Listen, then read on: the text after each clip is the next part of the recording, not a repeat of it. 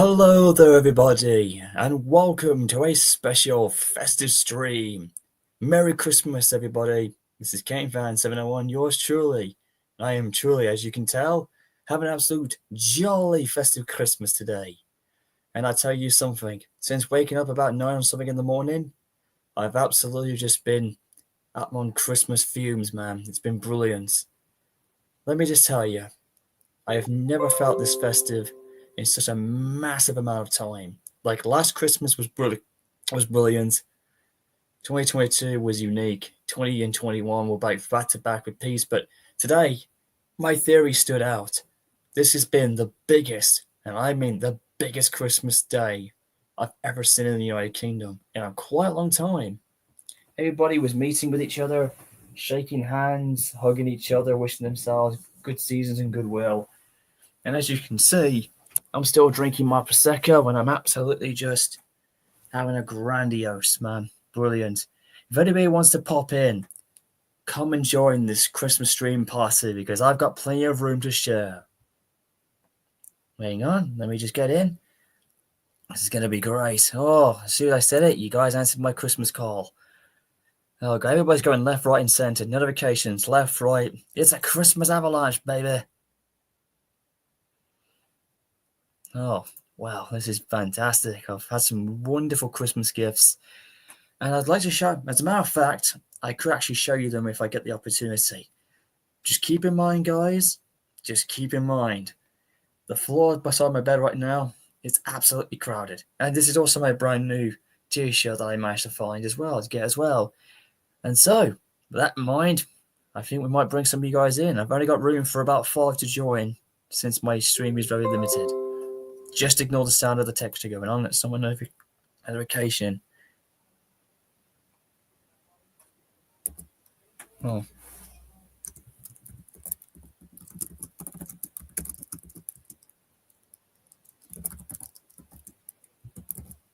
Hold on. Someone's just gave me a text here.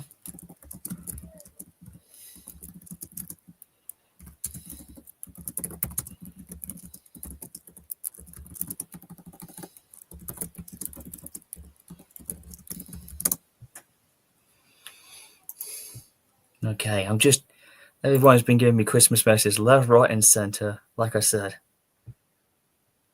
I can see you, Daniel. You're right there. Hey, Matrix, I'll bring you in. Here we go. Let's see what we got.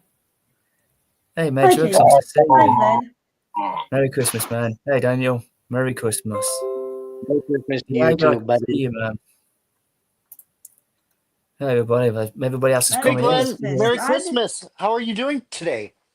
Absolutely a blast, man. Merry Christmas season's reading to goodwill. This is actually my record 10th Prosecco bottle I've had. I've had 5 yesterday and another 5 today, so in calculation, I've had 10. The most I've had so far. And I got Ahsoka's lightsaber for Christmas. Not the you and me both. I got the Clone Wars Season 7 one. Well, I got my own custom one now. I've got my first Jedi lightsaber that you got for Christmas on Facebook. Yeah, 2024 has been a bit of unfortunate events for me. So, look, Daniel Brooks, I'm gonna get the Christmas stuff you saw on my thing at the moment. Those were from Christmas Eve. These are my actual ones I've got. I'm about to show you them. It's gonna be a handful. It's gonna be a handful. I'll do the best I can to the best of my ability to show you guys. Since I've got a few more hours left. But whoever said their 2024 has been a bit rough, wait until you hear how my 2024 has been. Especially wow. Wall. Oh, sorry, upside down. Nice. Like I said, Daniel, it's best not to toy negativity during Christmas. So basically, I saw the Sonic 3 movie, Sonic 3. Oh, Lord. Oh, boy. Good job I didn't see it. I was too busy with Christmas shopping. Got myself another version of Braun Strowman from 2020. I had to get the other one because his broken legs broke the last time, so I found another one at Comic Con for a good price. Nice. Because even though I'm not running to run race, I got the Doro in the double pack, the last one I got. Oh, and Daniel's gone. Oh dear. Oh, Come on, Daniel. That was a little bit rude. Very unfestive. You shouldn't behave like that. Here we go. Got my final wrestling figures that I needed.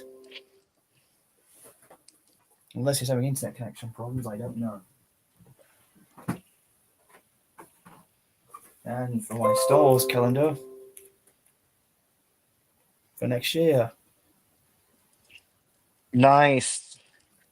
Also, I don't want to bring in any sad things, but R.I.P. James Earl Jones. I know, James Earl Jones, man. I know. The voice of Darth Vader and Mufasa. We're all gonna miss him.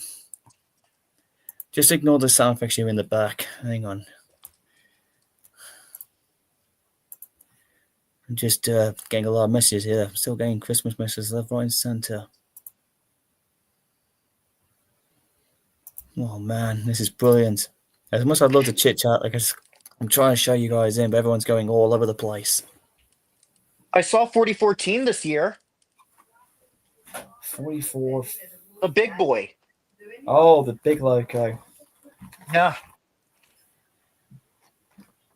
Got my party rings. I'm live at the moment, Ron. Showing my friends my Christmas stuff. But that won't know. That won't know. Anyways, I'm just showing my friends live. Just showing them my stuff. No, they're too busy. I think he's gone back. I think he's got back home. I think he's hammered. Who knows what's happened? Got myself. Ooh, Carl's popped in. I can see him. Carl. No. I'm live, I can actually just saying it's somebody else. I'm on my YouTube channel streaming live, showing my Christmas presents.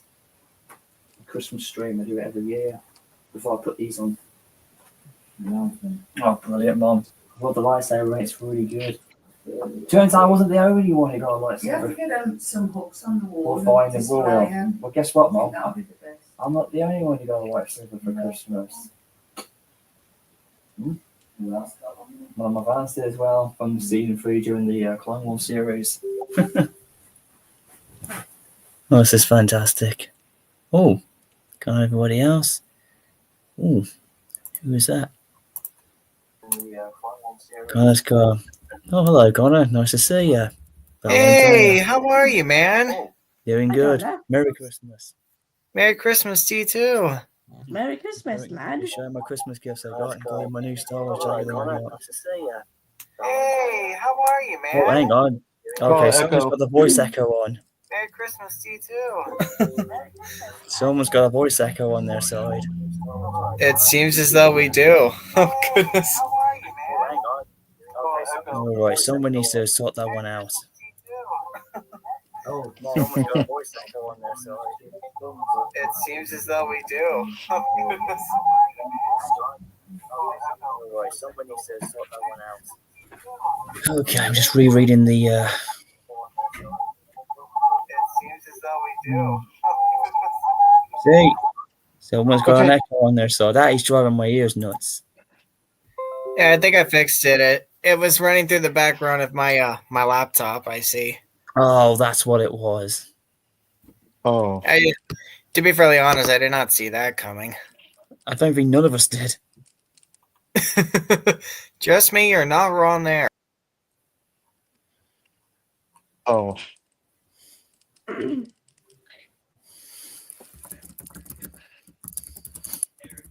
Everyone's going left, right, and center here with these notifications.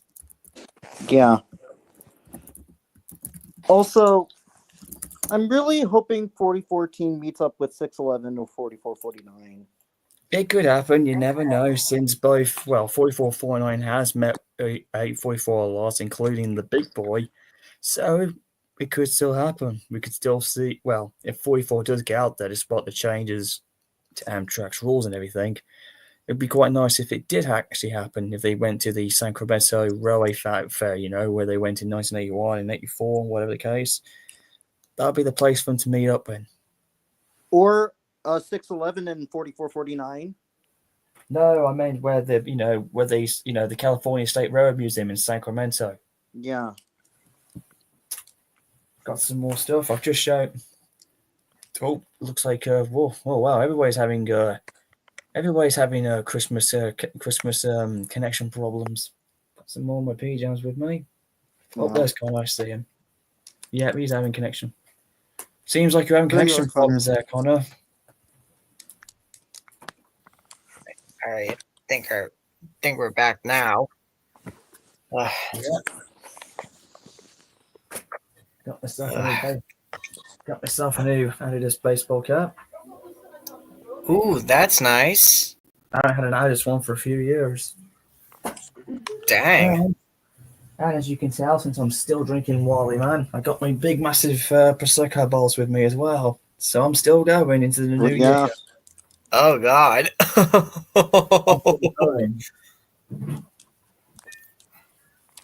And of course,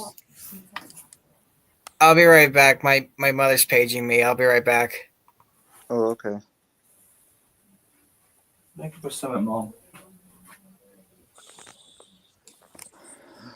Oh yeah, you're right.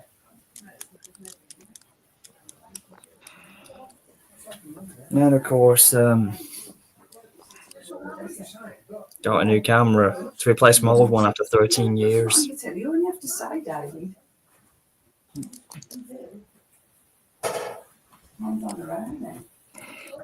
I know that. But you went on then, you could have come in and said. You sitting there, what are you talking to? Yeah, And that's It's all right. I also have a new custom lightsaber on the way.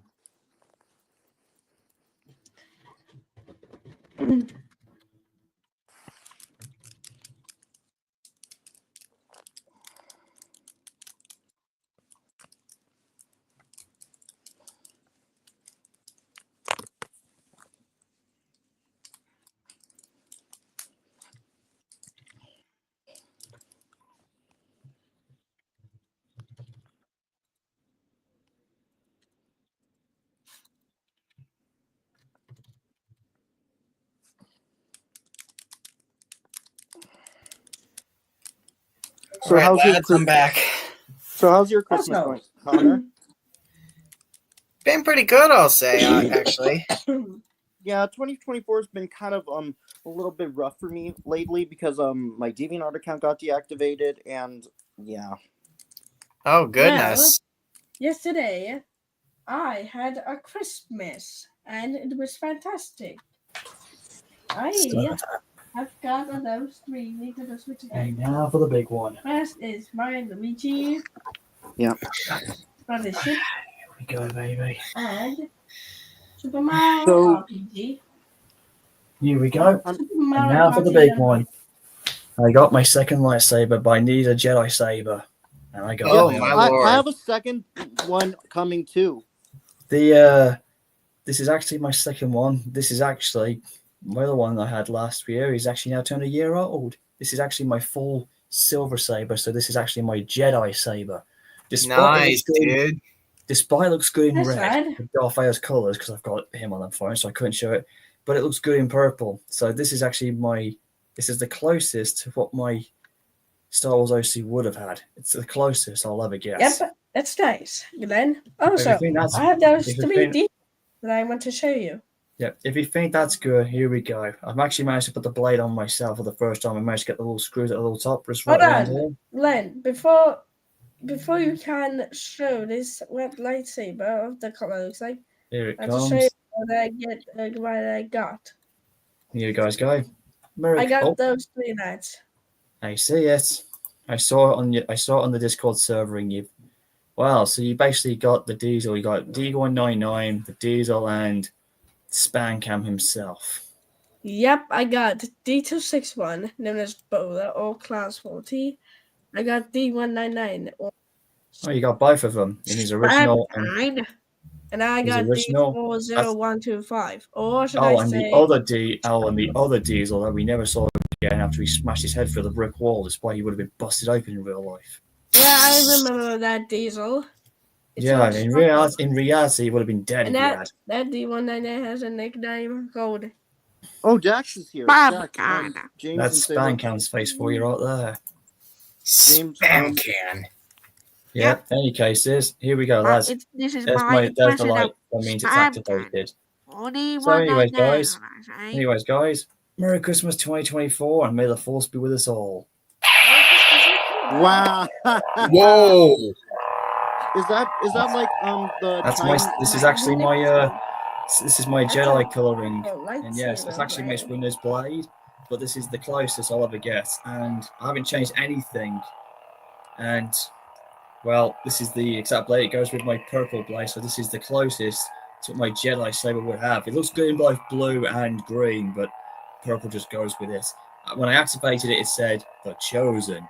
That meant it was Anakin's blade. Yeah, Anakin spawned because Anakin This is is the called the chosen champion. one. This is the champion's blade, so that means it's Mace Windu's. So here we go. That's awesome. I have a second NeoPixel lightsaber on the way. Ooh. What did you say, Dingo? I have a second NeoPixel lightsaber on the way. Oh, good. I guess I beat you to it. I guess I wasn't the only one who had a lightsaber for Christmas. I'll say, because my mother got me really good this year for Christmas. She got me really good. Well, that's good then. The only thing I would have got was to get a Lego version of Jedi Vader, aka Redeemed Vader, and I would love to have had that for my collection. I believe his redeemed health would be either blue. His blade would have been blue, or do you think it would have been purple? Well, Vader with blue, but I think purple works as well. It goes. Right. Well, So, I found that meme on that video. Also, Okay. I'm very excited God. for Revises channel with SWB, World Record and Speedrun, 100% notice. yeah, but this is the big one, along with my new camera thing. Yes, Mick, I can see it. Honestly, it's a good. So I see it. This is Smudger here. I am getting the speedrunner. I have no idea what the hell this is all about. So, okay, what is this? That's weird. Okay. I sounded like an AI talking before there was a thing called an AI.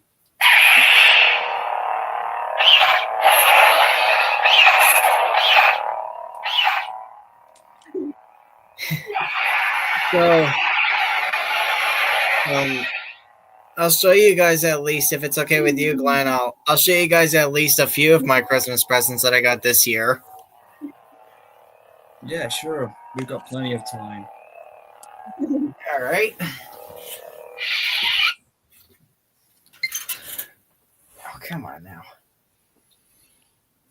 So, here's the first one at least. I got a Nintendo Switch. Wow. Everybody has that. The Nintendo Switch. Oh, Yeah. my friend Dax or James and Sailor Jupiter fan 2001 is in the chat.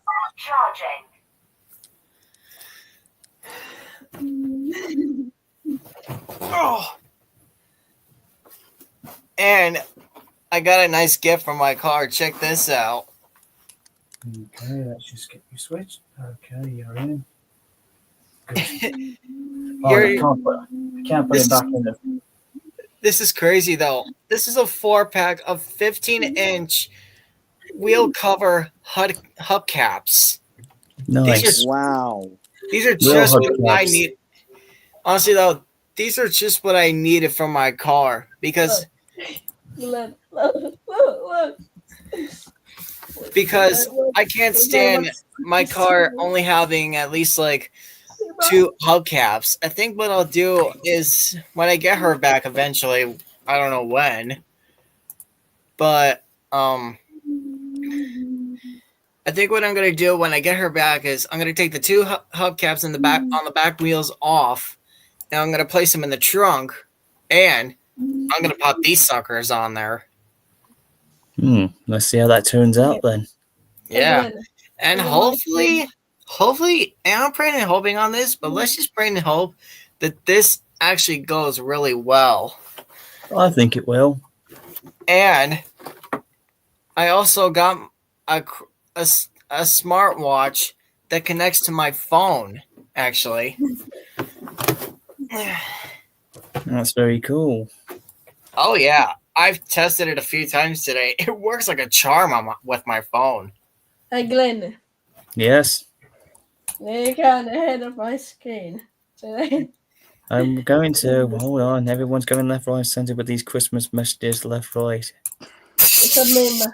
It's a meme. That video is going to be me. Okay. Okay. This Is is that weird. Roger's face? I have no idea what this is. Billy always Is saying. that Smudger? That is Smudger. He's going way too fast. Duke's What's Emily. Smudger doing? Oh, God. It sounds like he's talking a load of muffled stuff out of his run. I can't even know what the hell he was saying. He's like mumbling everything. Mumbling Christmas, you know what? Like the Lego Star Wars mumbles. That's right. Special Monster Brothers was made by Big Trevi. I remember him. And at least to keep up the spirits of Star Wars, I'll admit though, my favorite character from that whole thing, Jedi Luke Skywalker. The Well- guy's awesome. Well, of course. My favorite, Cal Kestis, man. Well, with me, I feel if you want me to be in terms of Jedi, here's mine. Here's my Qui-Gon? favorite Jedi, sir. And my original trio, basically, mine is Qui-Gon Jinn because of Lee Nelson, along with Obi-Wan Kenobi, Luke Skywalker, and of course Cal Kestis for personal reasons because I love Cal's character who voiced him, and of course. With other Jedi Knights, I feel like it's hard, but I think Master Windu's in there somewhere. How was the Obviously, because Acolyte? it's Samuel Jackson. How was the Acolyte, though? Yeah, because it's him, man. Who else would you think? Will Smith being a Jedi would have been hilarious. So, a lot of people are thinking that the Acolyte was not that good when I really liked it. But when it comes to Sith Lords, it's Darth Vader and Darth Maul, Count Dooku, or Darth Uranus, and of course the Emperor himself, and along with Darth Revan. Yeah, a few right. other Siths, like- But a I few do other- not. But we cannot talk about the sequel trilogy at all. We don't look between you and me and everybody else. None of us speak of 7, 8, and 9 because that, as I said before, those had potential. But what did they do? Instead, it was nothing more than one day slap in the face of the original trilogies who basically knew how to tell a story, but didn't know how to tell a Star Wars story and deliver it to us fans how we would have wanted. Yeah. Yeah, and So much anticipation. I remember this very well 10 years ago when I first saw the tease trailer. Like, high hopes, and it just, well, episode 7, hit and miss. And then you got episode 8, which to me was a stab in the back. Like I said, because it killed off Luke. And then episode 9 kind of felt like this ending tree that we liked, because I did admit I did enjoy a bit of episode 9 a little bit, because obviously the Emperor came back. But I love the fact that, it was good to bring him back in a way. It was a bit weird, but they did keep some of the original in there. And then the final ending of it, just showing Luke and Leia and the sun setting and everything else, and then Ren says, "I'm Rey Skywalker." that doesn't make sense.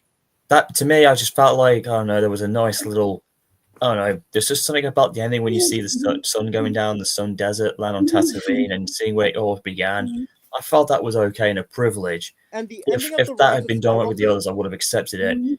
But no, as much as I try to wrap my head around it, I just look. That's how it was. At least Vader was mentioned. You see his burnt child, so at least he wasn't forgotten. So I can see what they were trying to do. I can see what they were trying to do with Kylo Ren, and don't get me started on him either. I had high hopes for him, but it's nothing more than a rip off of Anakin. And as a badass, well, he has a badass voice when he has the mask on him. That's the only thing I liked about him. And I just wish he was booked a lot better instead of this stupid idiot, because obviously I think the actor did a terrible job in playing a villain. But I do feel I've seen other fanfics that made him look even better, including a What If Darth Vader fanfic on YouTube. had trained Kylo Ren. Like, what if he'd killed Luke in the Death Star and taken Kylo as an apprentice, which I thought would have been very intriguing. Yeah. And the ending of The Rise of Skywalker, they should have put Anakin and all the other Jedi as well. At least someone have seen that on the YouTube thing. They said, like, what if Anakin and the others had appeared, and then when you see Vader make a cameo at the end when the Emperor gets killed off, to me is how it should have been done. And I think it was great.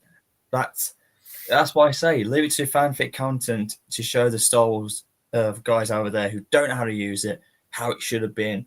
You're gonna have those who are gonna complain and be all bashy and drummed in the head, who throw rants. We didn't throw rants, we just took how it took personally, like I'm doing. Not like those who throw a temper tantrum and fist, like them stupid idiots and politicians who just absolutely go to the extreme. They didn't want this or that and everything else and all that BS. If it had been me, I'd be talking like it is now, like how we're discussing it. Not like some crazy ass fan who's like, no, this is not what I want. And then, all that drama. That's just how we cut it in this. Oh, everyone's still giving me a lot of Christmas messages. Thanks, you lot who are in the chat, man. That's really good. But Season's the great. Obi-Wan Kenobi series was much better. It could be a lot better. I have heard rumors of what's been going on about what's happening lately, and I feel like we could be in for something. Let's just hope these are good rumors and not bad ones. Ugh. I'm not a rumor person type, but we'll see what's going to happen. Totally. The only good thing I will say that lately we got was, I do admit the Kenobi series that had Darth Vader in playing by, Hayden Christian, and Vader being voiced by the original actor for the last time. To me, I felt like that made the saga made a lot more sense and tied in to episode 4 with Obi-Wan and Anakin and Darth Vader's fight and how he says like goodbye Darth and then this and that and I just think like that really tied in and fit Vader's story arc in the original trilogy full circle. As far as I'm concerned, it's all completed. But then again, who knows what will happen? We could hear some more stories that we never got to see of Darth Vader in between the time zones, what could have happened, or what we couldn't see in the originals, or what may have occurred. Like we've seen them in the comic books, but we've never seen on screen what may have occurred, like during Vader's earlier years, or how he was prior to episode 4, 5, and 6. Because we always keep seeing what may have happened in between 4, 5, and 6, but what never occurred besides the Obi-Wan Kenobi series that we saw in between 3 and 4, but other things as well. But in any case, and they always say Star Wars and Christmas has a very, very unique blender. Truth be told, every time I was in Christmas, I had a lot of things related to Star Wars. Oh man, the 90s and the 2000s. Well, yeah, let's just say there was a very bizarre connection with everything that was right in the world with Christmas. Even to this very day, we're as grown up people, we're getting that vibe. We're starting to get that vibe back a little bit now. Oh yeah, and also look at my segment. I just made Great Marquis the Enyaq Rosary K4 class engine. I actually did see that earlier on Christmas Eve, by the way, Mask Geek. I did see that. Very, very good. Ooh, those are some nice reskins. Reskins of LNER locomotives. Yeah.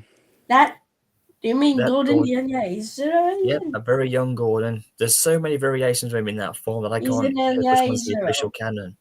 Or should we call him Gordon the Rookie? Well, he was a rookie engine just That's starting a out. mess. He was a year old at that So- point. Yeah, that is true. Now you can see all those messages. All the Yeah. old originals. Yeah. Yeah, one thing I'm not gonna deny though is it's gonna take a bit though, unfortunately, for me to get my my car back because my car has been stuck up at my workplace for over 4 months now. Unfortunately.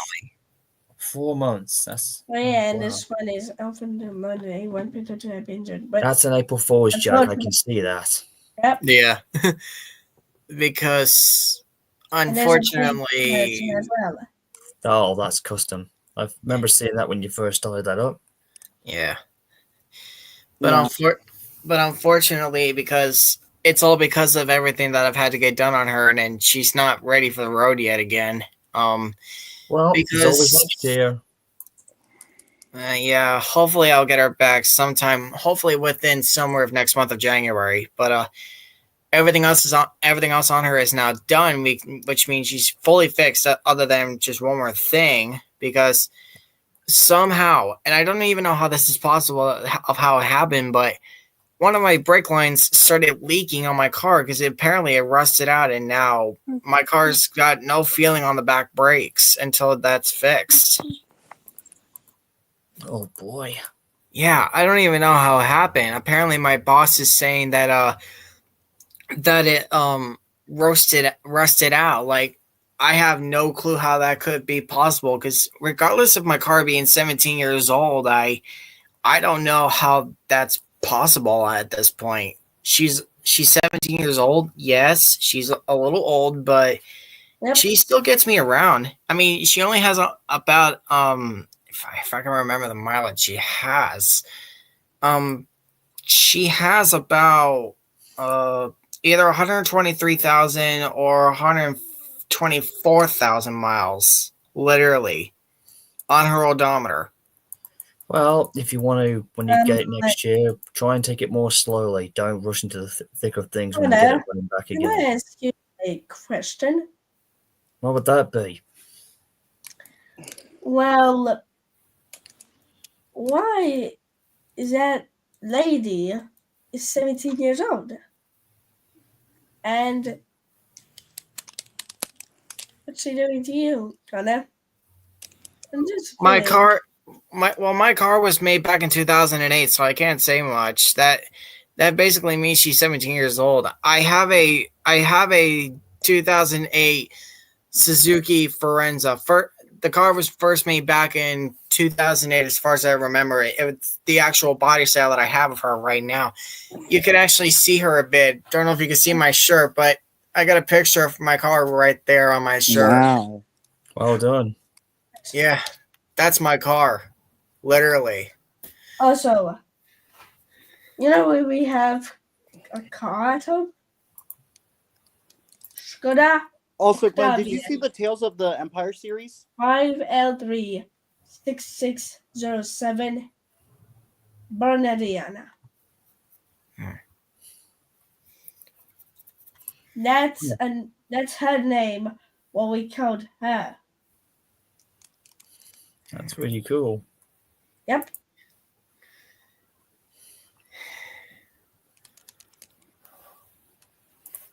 And you know we are?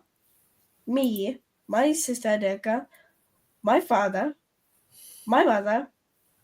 We are the Spot family. Why? Because we have spot brain. And we don't do anything mistakes. That Well, wouldn't be the first time anyone said that, and they did make a mistake. That's Well, the first time I ever heard that at this point.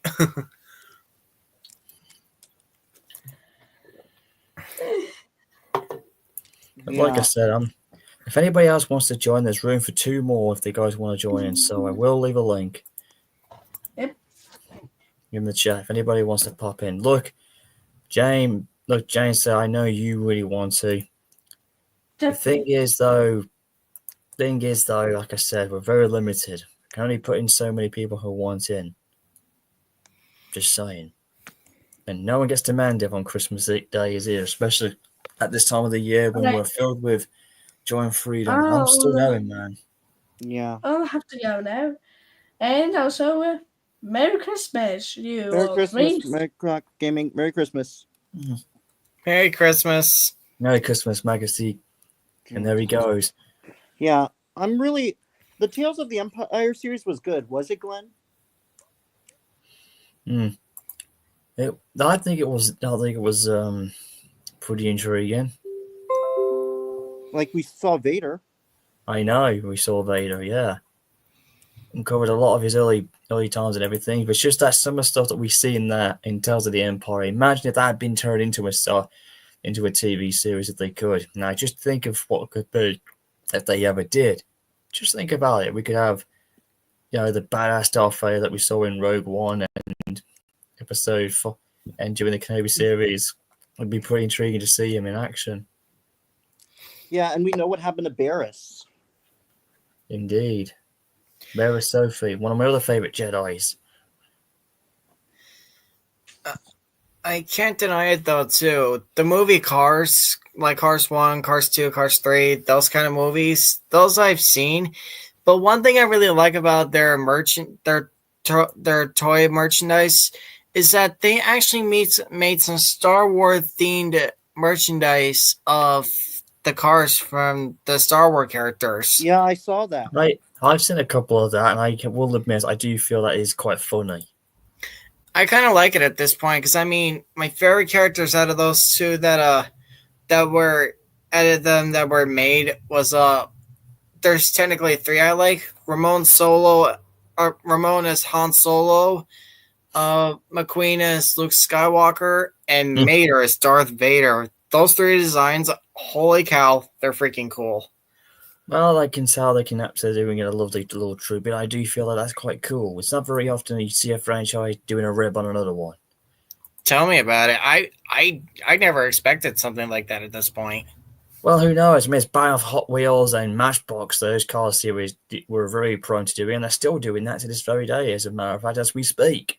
I was just down at the Smith store on Christmas Eve, and I saw, well, not many Star Wars, but I did see a bunch of Batman ones. Ooh, nice. Yeah, speaking of Matchbox cars, I actually got like 4 of those actually this year for Christmas.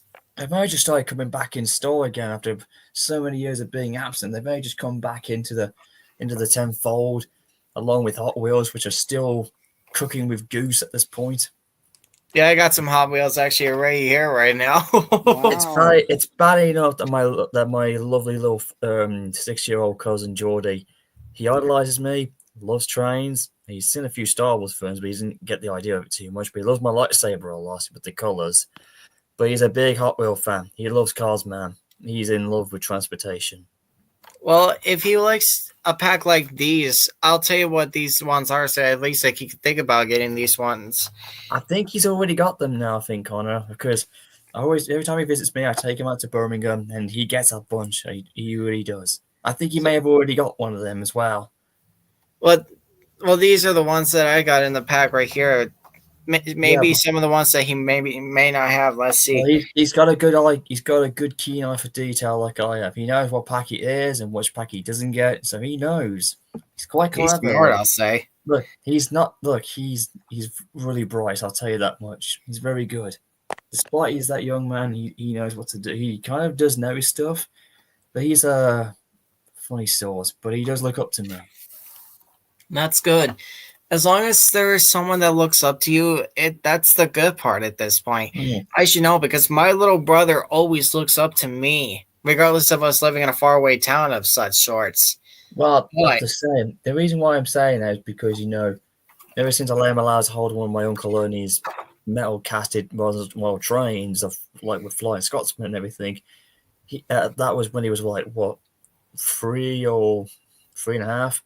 And he never looked back. And since then, he's been very trustworthy. He knows what's important to me. He doesn't get my condition yet, but he knows what's important to me. And he's been very gentle with it. He knows whenever he comes around. He knows. I mean, obviously, like I said, whenever he's under my roof, he definitely knows not when to mess up or throw too much. So he comes up and he'll ask me, and he's just, like I said, he's so looking up to me, and he just, he really does love me, and I love him back. He's basically despite we're cousins in reality, or nephews we got in the bloodline, he looks up to me as his big brother, and it's something I never had in life. Even though I've got 2 half brothers who are both married, I meant he's like the little one I never had. Like official this time, because he's very close to me. Like I said, and I'm hoping he loves his Christmas gift I gave, because I gave him a ton of good stuff for being good this year, especially for being trustworthy whenever I'm around him. All right, gave him a bunch of Hot Wheels and Christmas cards and chocolate calendars. Like he earned it. Him and his sister, Francesca, who, oh my God, despite being born prematurely like I was, She's one of a kind. Let's just say when you speak to her, it's the communication that gets you laughing. And she's only a few years younger, and yet she knows she just has this weird characteristic that makes your day. No joke.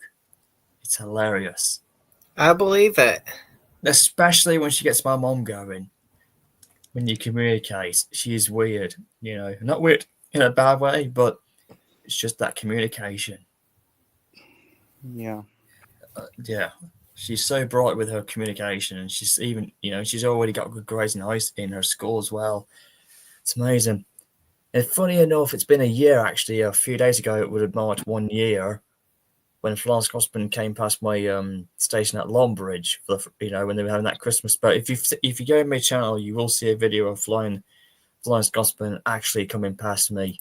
Like, that's the second time or third time in Steam, but I've never saw it having a Christmas special. As a matter of fact, since we are kind of in a bit of a festive mood, I feel like, and some people are watching live, let's see what happens when I do this. I need to find it first. But right now, I'm really trying to keep my Christmas composure. If there's anybody else who wants to pop in, they're more than welcome to. It's just like I said, man. Let's just say it's I'm really enjoying it. It's just that the fun is really kicking out. I'm trying to keep the to keep that adrenaline. Yeah, same here. I've had a lot of unfortunate things going on, but I'm trying to keep it in. Same here. You know what I mean? I'm trying to continue celebrating because I had a great Christmas. I've even forgot to have a Christmas pudding, which I should have had, but I kept my promise and I did plan a Christmas stream. And you guys are fortunate this year to be a part of it. Yeah. Anyways, Connor, I've still got my Discord thing. If you ever need to be, it's really good. That's good to hear. Question: when did you make that video? Because I'm actually trying to find it right now. Here we go. It was the best, one of the best. There's my friend Dax. He's in the backstage. I can see him. Here we go. Let me just get my notifications sorted. Yeah, everybody doing their thing. It's good. Even Victor Tanzik has got his new episode in pre-preparation. I wonder if Scotsman will come to America again. That'll never happen again. It's the people's engine. She's staying right here in Britain. She ain't leaving us never again. Without it, the love of steam and romance in Britain and around the world would not be the same. Yeah. Here we go.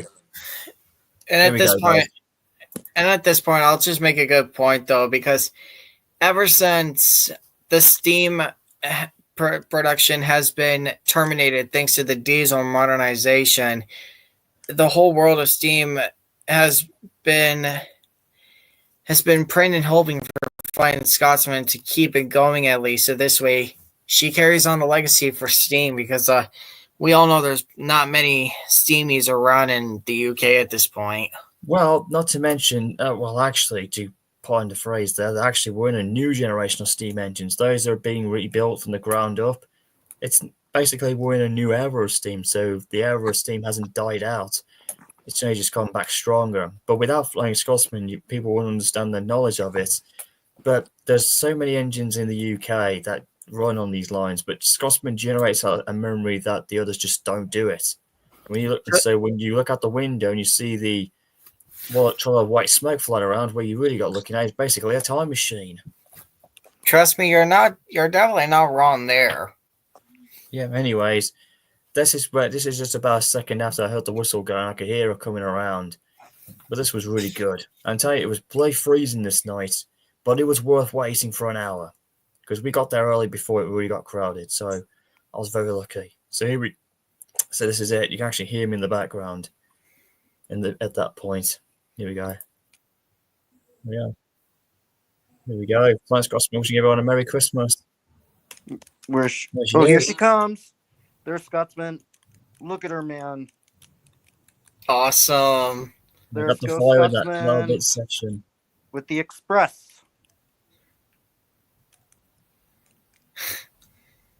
Well, that bullet that was worth it. What about Mallard? Will she run again? No, I don't know. And everybody was just absolutely aghast when that happened. That moment was just worth it, man. That really was. believe me, when it comes to what's the word I'm looking for? When it comes to a steam engine that you love, and that if she'll ever stay around, like, by golly, you know she will, because for someone that loves Scotsman as much as you and I do, Glenn, trust me, Scotsman is a famous steamy, and you know full well, and as well as me, she will never be forgotten. Of course not. No matter what, the name and the legacy it's lived with.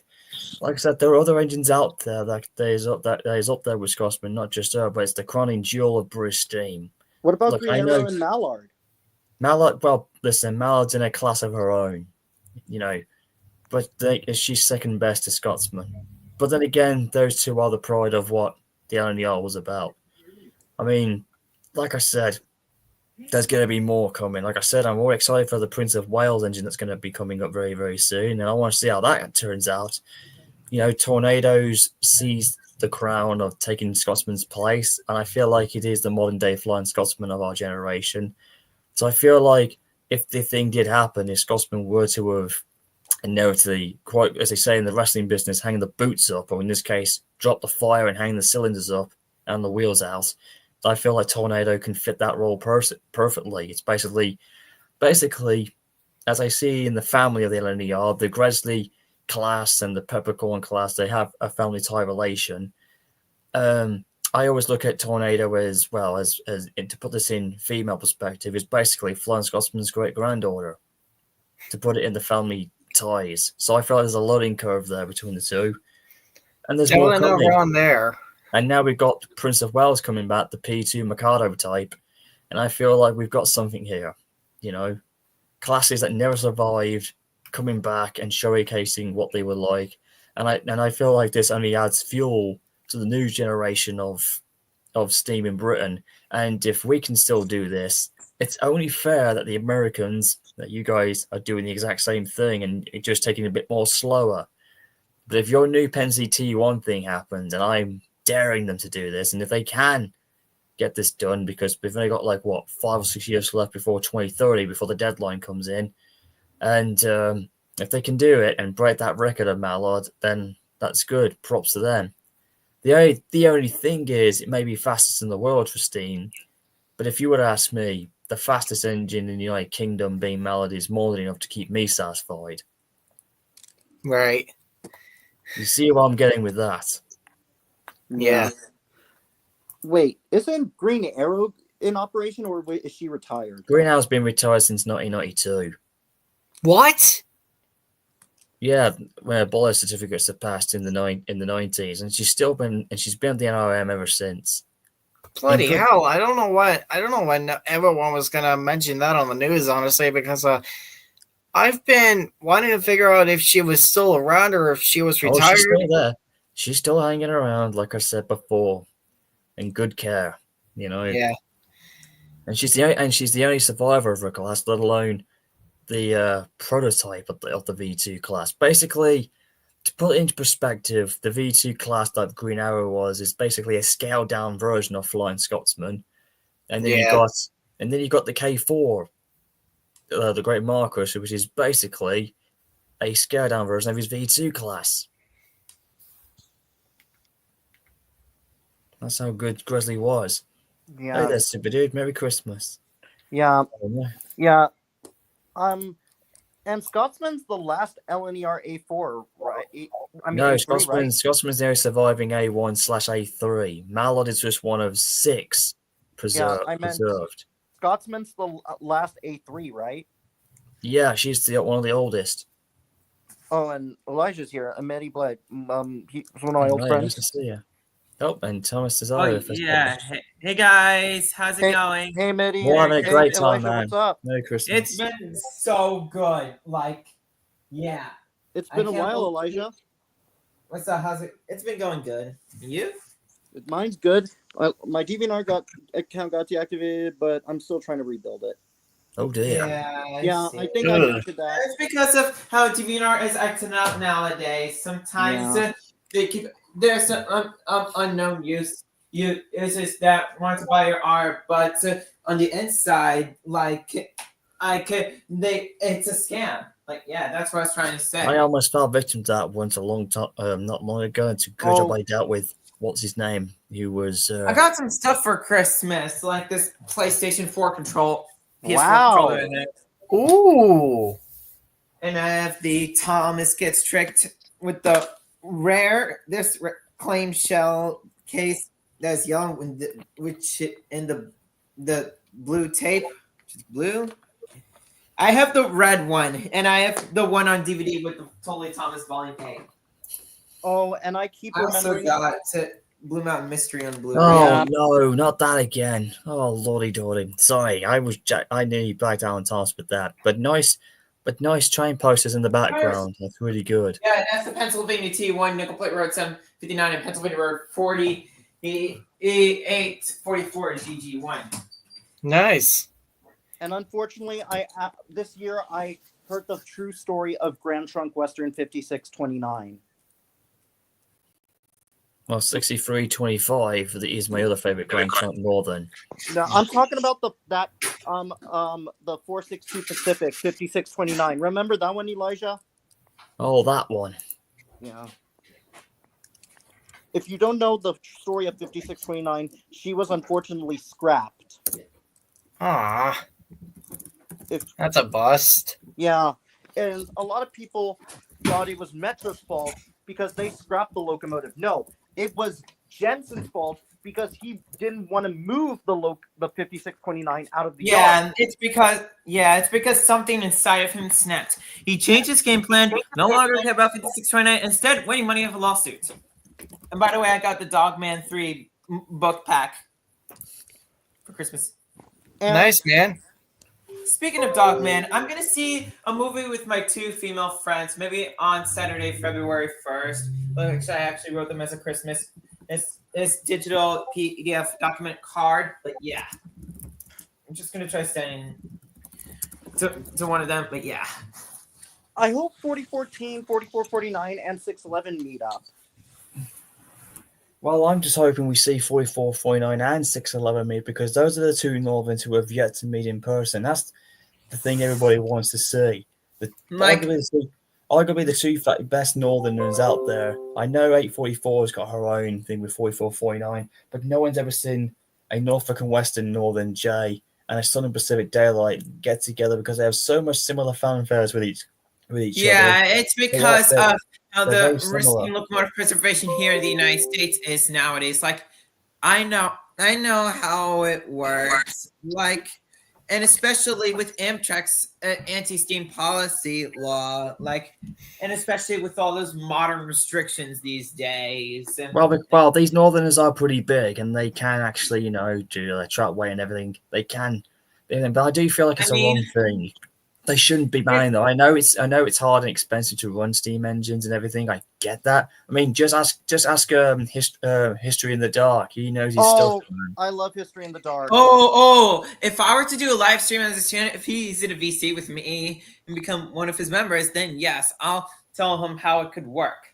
Look, I'm a big fan of History in the Dark because I love his parody and his history connection. New York Central 3001. Yeah, and I'd love to see him. Look, if he ever did pop in a stream, I'd be happy to have him again. And I did watch his 1225 Christmas video, which is bloody hilarious at the end. Where it's like, oh my God, it's Christmas. And it's like, and 1225 runs. Not only as the Polar Express, but as just the North Pole Express. It is the Polar Express. She is the Polar Express. She was the locomotive in the story. We know what you're about. You're not fooling anybody. Merry Christmas, everybody. Just when he goes into crazy mode, you can just see the slow moving and the tilting of the camera. Because I feel like he's obviously having a comedy breakdown, or he's making the steam engine like they're talking. He did that once with 1309, who took the Polar Express, and then he says 1225 says like, "Hey, I'm Christmas here. We can all share." And it's like just those teeny little comedy moments that just so hilarious when he goes off script. All right. Well, it's actually been a pleasure being on here with you guys, but I got to go get ready for dinner. Glenn, thank you for having me. That's fine, man. It's fine, Connor. It's been a pleasure having you on board for this Christmas stream, as I promised. So, made the best of it, buddy. Yeah. There's other see you, guys. Thanks. Connor. Merry Christmas. There's other guys who want to join with us too. All right. Well, you guys have a blessed evening, and I'll see you guys You too. around. See Yeah. you. You might see him in the new year. You might see him in the New Year Eve stream. You never know. Yeah. See. Too Also, right. see you, Connor. Did you know that Take care, Um, Connor.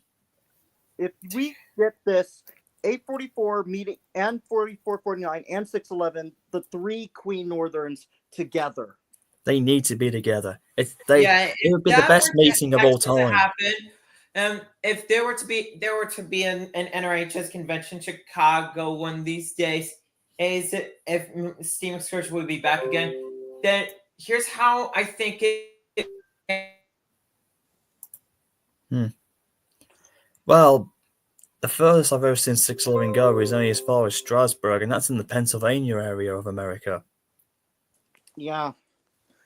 What I really want to see is like how they do at Spencer did diesel. Was reviews. acquired by They the should University do one in with steam 1997. locomotives.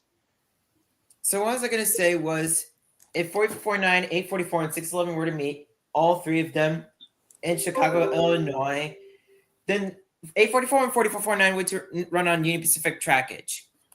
And 4449 is originally from the Southern Pacific Road. And SP merged with the Union Pacific Road since 1997, and I think it could be a good option for 4449 and 844 to run on their trackage to Chicago, Illinois. Oh, And they maybe haven't been. could They run on haven't North. met since 2007. What if? Okay, I don't know if we're still gonna get 844 meeting with 44, 40, 449, 844, and 611, but this would blow my mind. 4449, 4014, and 611. I'd be showing the same if I was with you, man. I mean, 44 could get to the Sacramento thing if they did that thing in the museum when they did that thing in 1991, where they met up. So it's possible for the Union Pacifics and the Southern to meet up with each other. So it's possible we could see Big Boy and 4449 together. So it's a possibility. And 611 too. Well, 611's never been that far, if you know what I'm saying. And besides, much of the area that they run on now is oil contemporary. So you have like oil burners, because of fire hazards when you burn coal. So, that's why a lot of the other engines in other parts have to burn oil in terms of like to prevent fire problems. Yeah. I've suggested this, Glenn. What if 844, 4449, 611, and 2102 met up? That could work. Well, we are expecting 611 to have a reunion with their 614 very soon. And Chesapeake, Ohio, 614 is being restored. She'll be running again very soon. And when they do meet up, it'll be only the second time they ever met in preservation. Yeah. What if this happened? 4014 going to Strasbourg, or is 4014 too big? Gosh, she's way too massive. And even my good friend Bradley, Ginger Juice himself, Brandon, always keeps saying that. It's never going to happen. She's too heavy. Well, but 611 was way smaller. Yes, and she's a Northern. She's even bigger. Even she was absolutely damaging the Strasbourg when she was done. Yeah, but I really think 1218 may run again, but it depends. Oh, God. Oh, man, I really would love her to return. They've got it all. Yeah, and also, it's not too big of a nightmare. The locomotive could operate an excursion service again if you throw enough money in it. Like, let's say if I have like 50 million, if I have like $30 million in my pocket, then it would run again. With me, I feel like 44 fun. I could now just do, passenger duty. I feel like it would possibly make do as a coal, but as like doing coal traffic or freight work. And with That's what they were built for. And many of the missing parts could easily be remade. And if the 1218 were to ever run again, one of the best places would be the Norfolk and Western Road Historical Society in Roanoke, Virginia, that has Norfolk and Western 1118, that 4 Mastodon M1. Also, if And if Travel Team could return if possible, and I feel like it can be done, but I feel like the other engine, 26, what's her name? The other one who's Speaking about 2716, the Canal. yeah, the smaller version of 1218's collab, the Y6A The or whatever Y6 they're called. 2156. It's a K4 Kanawha. No, not that one, the other one. The one who's smaller than 1218. The The other- Y6A 2156, yeah. Yeah, I think she should come back. I think. Yeah, but somebody out of Yeah, but the thing is, you would need to cast a new frame ever since the one that she currently has is like cracked, basically, and you would Hello. fire. Hey, well, Lashup, I forgot to bring you in. Mashup. Merry Christmas. the boiler. Merry Christmas to you too. So, anyways, yeah, please think back to 1218. Oh, I just see. what if I this just- I happens, like to Glenn? see I have the a good whistle idea again. that I'd like to share with y'all. Hmm? What you know how Spencer did these Diesel reunions? What if they just did it with Steam instead? Yeah, do all of them. Yeah, like in what's his name in High Iron. What if train excursions had happened that nearly did come close? Instead of bringing all those diesels together in that roundhouse, how could you top that with Steam? A lot of it. I know 4014, Yeah. 30, and 844 definitely, and 611 and 4449 definitely. Or Indeed, including some of the smaller engines, And including also, 45. speaking of how 2716, I heard after its restoration, it's gonna go to my home state, but it's gonna go to the Naugatuck Railroad, aka the Railway Museum of New England, which I'm actually gonna go in a not too distant future. and Nice. 587 is to be restored after 1218, after 2716. I did Well, miss a few guys in the chat. I honestly- do apologize for those who didn't make it in. I do apologize for that. I saw what's his name who did Thomas's Heartbreak. What's his name? Thomas And the Mobian. yeah, this Sonic guy, whatever his name is. Yeah, Sonic I the saw him Mobian. in. I didn't know he was there, but I noticed he was there and he popped off. I hope he pops back in, and I'll put him in because I've got enough space left. Yeah. Also, I know Steam at Spencer would have been amazing. That's what Dan's actor said. I know 611, 765, 4501, and 630 definitely would have been there. And To be honest, the only locomotive I'd like to see come back to life is the 1218. That's Yeah. the Like I only said, locomotive. and I I'd think like would to be see come quite back to nice for life. some of these trains. I know we haven't seen it very often, but I feel like if Norfolk Southern were smart enough.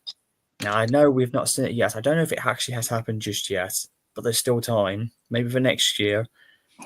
We've seen 1225, we've seen 1309, and a couple of other engines around the world doing the Polar Express thing, But what if, now I'm saying this, I know we saw 44, 49, and 700 and the others do it, but what if 611 was given the opportunity of becoming a Polar Express Christmas train from Norfolk Southern? Just think about that. that would That'd have be been nice. amazing. I really think that would be a treat for 611 and a lot of her rail fans.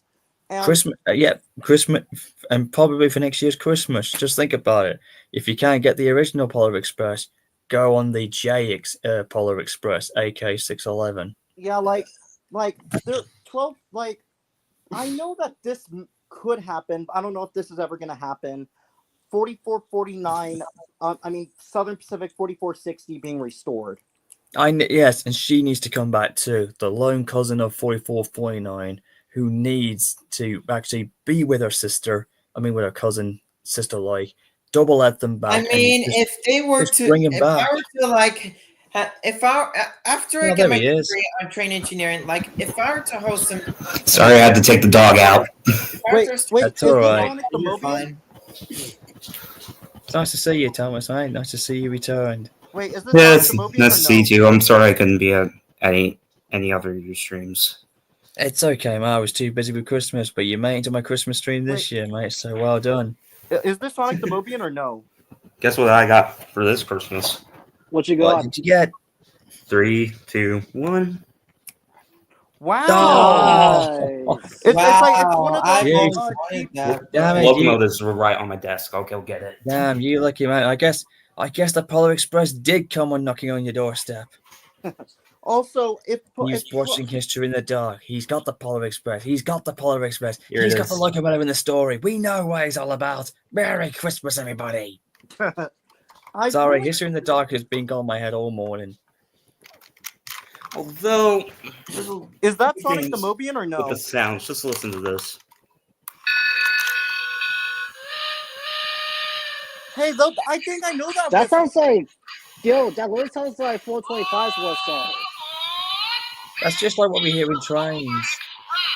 That whistle is just doesn't That's from sound. a line. That's one of like That from sounds like 425's whistle. That's It is one of not my, 1225. Lionel 080. It is one note, one chime. It sounds like that.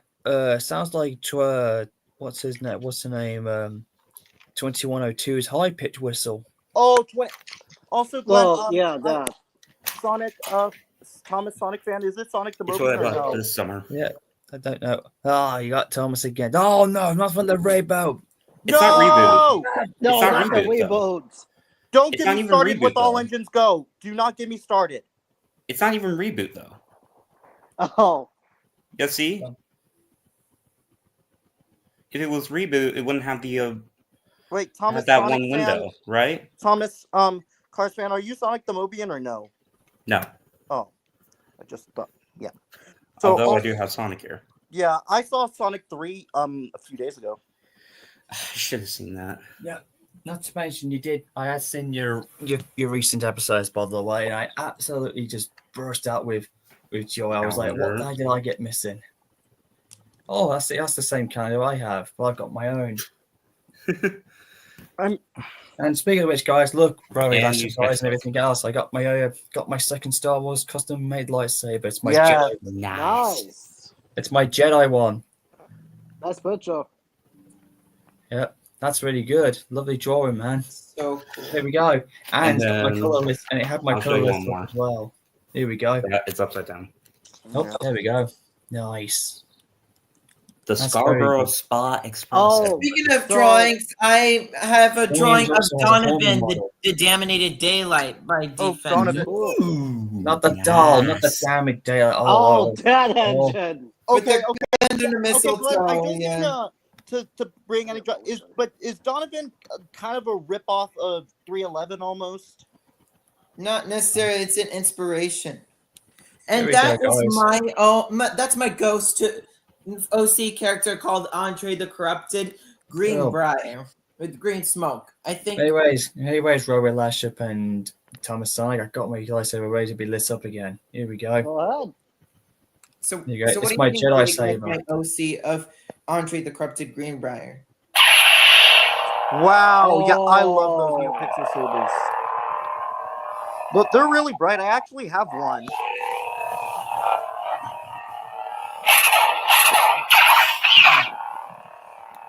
Also, 2100 could be returning. I mean, 2100's almost done with her rebuild. No, do you want? Yo, you want to hear something I listened to months ago? What is a real mashup? I was see it. told- I was told the hard part Oh boy, Thomas the meets engine Highboy. is Yep. done. The cross driver we wish we could have And got. rumor has it might run next spring. Yeah. Yeah, hopefully. I think 2100. I mean 2101. Like I 2101's said, getting restored, isn't she? No, yes, 2000. rumor has No, it the it pro- might run next spring. No, the prototype of the class 2100 is getting restored. Yeah, I know, but I thought I heard something about 2101 getting restored or no. I don't know, but if she ever does come Oh. back, she'll be damn lucky if they could. What about 2124? I don't think she'll ever come back. Not to mention there's a nice looking Christmas tree. I've still got my other stuff to upload, by the way, but oh wow, 2 more hours to go before Christmas Day turns into Boxing Day. But we've done really good. 1 hour and 9 minutes in. We've done really good on this Christmas tree. I'm hoping Nice. this. I went to the Durango and Silverton Narrow Gauge Railroad this summer, and I saw one of the engines had a Baldwin 3-chime 480.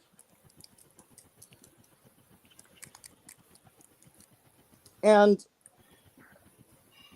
Oh, and speaking of 614, once that thing is like ready to do its excursion, Rumor has that it's Shenandoah Valley.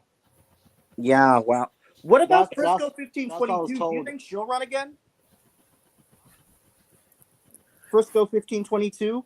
What about her? Do you think I mean, it could be Oh, possible. 1522, man. The real, Yeah. basically Frank, basically Let Glenn Frank, talk, guys. basically Frank from San Juan Reality, and of course the real 311 if she had a name swapped around for Halloween. But yes, I think she should come back, and She should. no, she did. Well, but I do feel like since 2002, I think it's deserved a very good retirement for as long as it has done. And of course, you know, That was she's not going 2002. anywhere, and she's well protected by the society who care for her. But I do feel like it's not very often. I mean, she's a 482 type, and we don't actually have a class like that. That's not very too well recognized in the modern day era, as you know from Mountain Type Spectacular in San Juan, as what's his name would tell you, as Wesley would tell you. Yeah. Oh, Or what about Mohawk. Drake, the 3254? Who knows what will happen? I don't know. Not every engine can come back, you know. Yeah. Well, there's a steam engine in my area, the Southern Pacific 794. That's actually getting ready to be restored for our Sweat City Steam Excursion program. Interesting.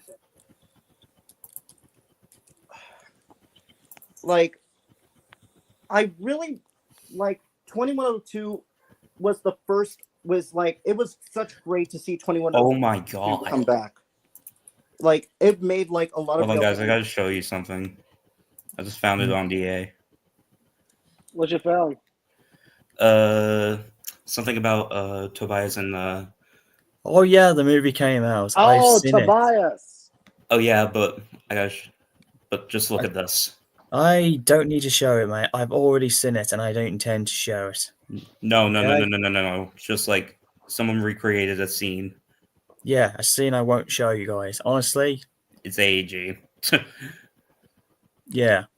I couldn't believe he did it, but if anyone's seen it, cover your ears if you don't want to know. He had the audacity. I mean, 10 years ago, you never thought that would happen. But 10 years later, he had the audacity to pull the trigger on our favorite E2. And I'm thinking to myself, what? I'm like, that's my reaction. Why kill off everyone's favorite hero? You know how the fans going to be like. They'll be pissed, pardon my French. They will get pissed. He will go after you. They will absolutely just man me for it. Not a good idea. Yeah, Thomas being killed off didn't. What really is the work. what are y'all talking about? Some sort of what is that? That's what would have happened. The film is great and on everything. Why kill What film are them? you talking about? The new Tobias. Tobias film that came out after 10 AKA years after the Toby. original. I do not want to know about another Paul Vids video. It's not Paul Nope. Vids. It's about the Tobias and the Happariah sequel. Okay, I do not like. I've seen a lot of Go on. I've seen a lot of weird Thomas stuff like Shed 17 and Project G1. I just didn't like That it was at back all. then, okay. That was from a different time period when it was cool to be dark. Paul Vids is something else, okay. I don't hate the guy. I just feel like it was I could just stomach Shed 17, and I just look back and laugh my head off to it. And but the G1 project thing, that was kind of a little extreme. But I could see what he was trying to do. But I still feel like I don't know. I just love the character of Keith Hartley, you know. He's really good. And that's why, in my headcanon, he still exists. And he's basically Thomas's best driver. Obviously, because of how good they are as friends, if you get my drift. Oh, Mr. Hartley? Yeah, I look at him as Thomas's personal favorite Hello, driver. Mr. Hartley. Morning, Thomas. Oh, Morning, Tom. and I don't know if did Mr. Hartley ever drive Thomas or no? No, but in my I headcanon, don't- I just look at him as that one because how close they are. That's why. I don't think so because he drove Henry one time. Yeah. Oh, I did.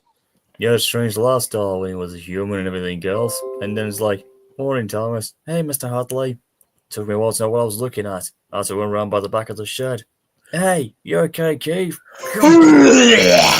That's just so hilarious. Like all them 16s that he does, it is quite funny actually, and it still is. I used to call him hey, Mr. Glenn. Stick Hartley. So what was it like when you met Thomas the Tank Engine? Just, I Like, was like, Train oh, with a okay. face. Blah. Train with a face. Blah.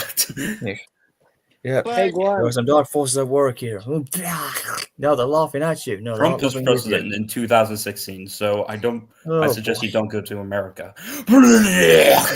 Jeez. And also, I'm thinking to myself. So I'm also thinking to myself at that time. I thought, and I still remember this so well. I thought that was him responding to my Timothy thing that was getting positive back in them days, which it was. And I thought to myself, "Oh, I got myself some rivalry here," but that wasn't true. It was just how it was back in them days. It was a cool time to be creepy and dark and just let loose, man. But that I feel like in today's time it's just gone out of touch because how older we've gone and how we've got to through our lifestyle. Buddy. wow. It's all Hallmark from a Oh, couple of years ago. Oh, for a split second I thought it was an American variation of Bertie the Bus, and I was like, oh no wait, it's an observation coach. Yeah. It Hey, looks Glenn. because it's got Bray's livery on it.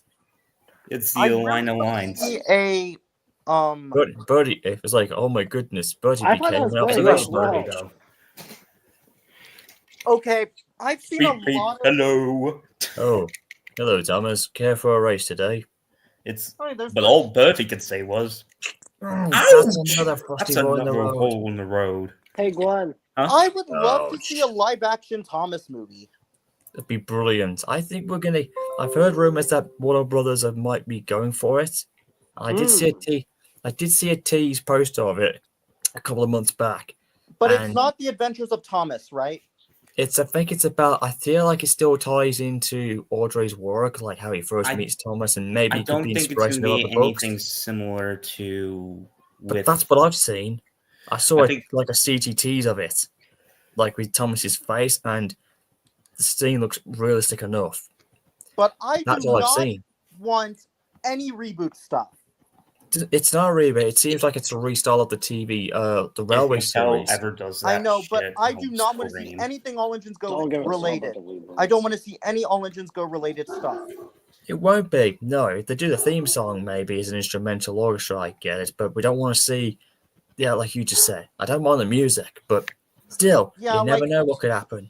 You When never that- know what could. When I first saw the reboot, it just sickened me. It was terrible. I think just it's knew ever what was since we saw that first promo of the reboot, we were just like, "Oh God, why does this exist?" You're like, I yeah, like I you was make this like, shit. yeah. I I'm just not basically about was to saying laugh we at were lucky we had our content at the time. Like we had what we had, and I felt like we were lucky. And I feel that this modern generation, who are growing up, are gonna absolutely regret it in the end until they read the real books and the actual series itself, and not this. I reboot. don't think so because this generation is screwed with skibbity this and skibbity that. Yeah, but here's the So no, but here's the thing. unrealistic. Listen, here's the thing. My cousin Geordie, bless him, man. I told him, I showed him the real stuff when he was getting into Thomas.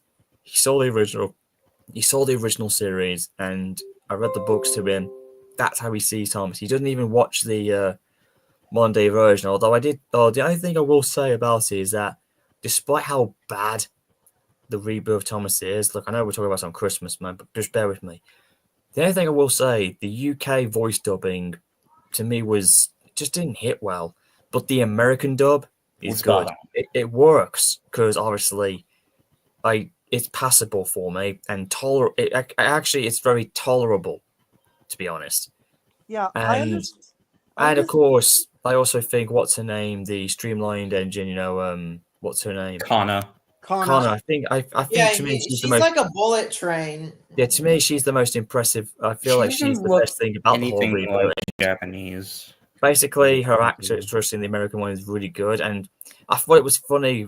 Also, her whistle sounds like it came out of a candy slot machine. I couldn't stop laughing my head off.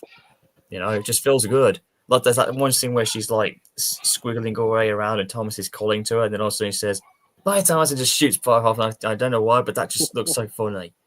But I don't. Hey, Glenn. the one thing that just doesn't make sense is why don't Edward and Henry speak? No, and I will say this: I'm glad they brought Emily back in, and they actually nailed her character. you Yeah, know? I have a question for you. And Gordon's voiced by Neil Crone. Which I polar, know from Thomas and the Magic Railroad, which is good. I was like, oh wow, I Yeah, guess that's- 2000 yeah. Gordon's back. And I And also then- heard that they're going to bring Donald and Douglas next which year. Polar Express design is better? And Toby's I- back too. Oh boy, Which Polar Express design is better? Like far I as made I'm- that. oh Jesus! I would already go the saw one on that, top. but if you want my opinion, that this is just me. They are both good. In my personal opinion, they're 50-50. You That's got just me. you got Pure Yeah, Marquette it's a and 50-50. It's Pennsylvania a tie. Railroad style. Basically, I think the Well, book version 25 of the is Pole the Express pin kind of in looks the like a book. 482 mountain type. Maybe something that you see out of Missouri Pacific Railroad. it's basically 1225 as she's inspired in the story. Although the coaches look similar. The coaches look kind of Pensy-like. I can see that. It kind Like of looks the same for Pullman, to be honest with you. like I said, Also, man. What I It's really also, good. what the only thing that's okay about Oranges Go is that Gordon, Edward, and Henry are in there. Like I said, I do feel like they made Emily really good. I mean, they made her pretty big for her size, but it kind of worked. They made her that Yeah. sisterly, motherly figure, which a lot of us fans have always said. So I do admit they do some things right, but to get the main story out there and then to tell the whole thing around, It it's just so doesn't work. It's just so out. It's just out of whack. Random. But what- Toby's Hey, in it too. Yeah, even For like Toby one was like, episode. Hey, K-Fan. yeah. Oh, I'm not sure if I told you, but I'm currently looking on my Ghost Train too. Oh, Keep go going, man. okay. But the one thing that's sick I'm trying to work on my and tank it's so engine confusing And the Night Fury stuff, Is that- but procrastination. Just is that why is sucks. Carly an engine? I have no idea. Anyways, Thomas, I was really, really good when you got the new storyline. I've seen some of the modern day voices are still there that I recognize, which I get a good laugh at.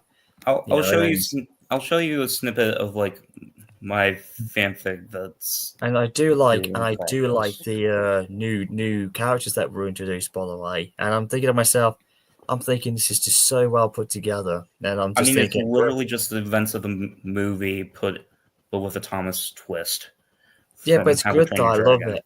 I think it's grand.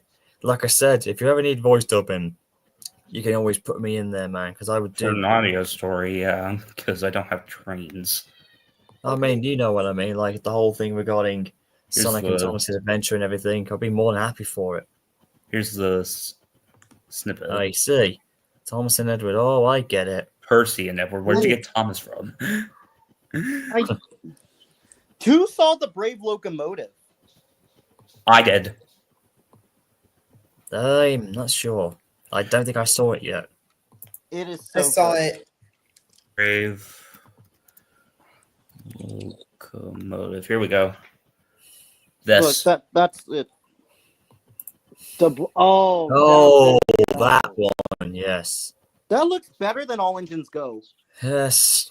Even though no one can beat the little engine that could, it was a nice retelling of a story of the blue locomotive everybody knows about. His name That's is like, because it's animated in the style of Disney. and almost like Don Bluth. It's almost like Casey. It's almost like He a looks so combo much of like Casey Casey Jones Jr. and Casey Jr. almost. Yeah, he looks so much like. Okay, so, and Casey Jones. like And here's the coach, like the coach looks like it has a nose. yeah, Well, yes, that's his yeah, nose. and Samson is basically he's a 484 Northern. That's what he is. I think he's a Delaware Lackawanna Western Q1 class. What I really want to Okay. like, I really love to see what I really wanted to see in a live action Thomas movie. I don't care if it's live action. If it's live action, I wanted Railway series. They have to do Railway series. Yeah, Railway series is good for live action. You're right about that. Yeah, and they can't. I want to see actual real life engines, not CGI, but CGI on the faces. I mean, they're gonna have to do a CGI E2 because there's like no E2s left. Or build one from scratch. It'd be costly. Yeah. Like, I know which Thomas voice actor would be in the live action Thomas movie. It would be either Joseph May or Martin Sherman. Wow. And who can forget Ben Small and Martin Sherman? Oh yeah, there's also John Hassler and What about Pierce his Magic Brosnan. Railroad actor? Huh? His Magic Railroad actor. Edward Glenn. Yeah, like I would love to see. Also, Glenn Sonic the Mobian, he does a great job with Thomas's voice. He sounds exactly like Joseph May. He does really indeed. does. He does indeed. There's no doubt about that. Yeah, and if The Adventures of Thomas was made, I don't know how it would look. I don't know I'm if not it sure. would. I can be honest with you, I don't even know what it would look like either. We Me all know neither. that it was going to be Railway Series, but when you see Thomas's wheels on the poster, his wheels are black. Yeah. Prior to him becoming blue. Like, And there was like some interpretations of the face. I'll show you one from my buddy George the Red Engine of how Who's he down in the was. background? oh, George the Red Engine, I love his Red Panda Express thing. Oh yeah. The Adventures. Okay, but I really do want to see an animation like I really want to see Oh boy. Yeah, don't get me started on seeing what Thomas would look like in an anime. But I'm just one of many out there over those years who would think, just imagine how it would look. I can just see it clearly, like your typical Sodo high school style. It'd be full of comedy and this and that. But it would be aimed like in different variations. It could be aimed like in different age styles. This It'd is be brilliant. I could this is just how- see it. You if- know, if they were humanized. that's like- how we envision. Oh, What the hell? okay. Oh, Okay. All right, Thomas's darker face looks like he's absolutely like a cyber terror and got like cocaine eyes. face right there, Glenn, the one with the black, the darker, that looks kind of like a Casey Jr. thing. It's just the Casey eyes, though. Jr. What the thing? hell? The TV series style, I don't want a mechanical face. I want a TV Ray- series style face. I mean, if you look on what he said, Yeah. And it I said want- the new What if info they were about just- it said I that would just fix the that. engines would have had faces morph into their smokebox doors. What if they were just faceless with the smokebox door? Oh my lord. mm, I'm not so sure what I to mean, say on they- that one. Like if like a lot of people if they do the script, like I really would love to see like how a live action version of Thomas, like action scenes of like if Thomas has would Thomas have his original whistle in the movie, or would he have like an actual E2 whistle? I think Probably he an would have actual E2 E2. whistle. probably too. Yeah, like but I would want to see this Thomas's origin story in a live action Thomas movie of how Thomas, like where Thomas is before he came to Sodor, but of course Timothy would not be there, but Glenn, No, but he could make a cameo. I mean, as a yeah, background, like you we know. could just to mention you, like, but you would do anything, Glenn, to voice him in a movie as a cameo. I'd do anything about that too. Would Yeah, it would have mattered? Like I said before, if they ever did Thomas in a way, if they did like a Christmas movie, like how cool it'd be if Thomas had like we've all seen some of his earlier ones, like in over the years in the Train Star, but we've never seen how did he have his first Christmas on Soda, like his very first one, which I think would be very intriguing given the timeline that we were in during the war. I You mean, know, we already had a story like that for with Carson's Video Workshop. it'd be brilliant if he did. And of course, we all know how Thomas started out. Like, because we're getting close now to the 80th anniversary next May, the milestone that everyone's still talking about. I feel like the biggest thing that could happen is like I feel like Thomas's E2 form has done so good, but I feel like it's time we go way back, like go back to those very early years when they first started out, like see Thomas as a J50, because that's how Audrey originally built him in. So And that would be quite nice. If they think about it, it'd also bring the class of the J50s into a much more recognizable for a new generation, understanding the origin of Thomas before becoming an E2. so Because it either wait, way, so, they both so hold on. work. So before Thomas was built as an E2, before he was a J50. Yeah, in my head. Actually, So before the it might, before because James somebody was did an gonna origin be, version like, of him prior to becoming one a long time ago. like And I feel this.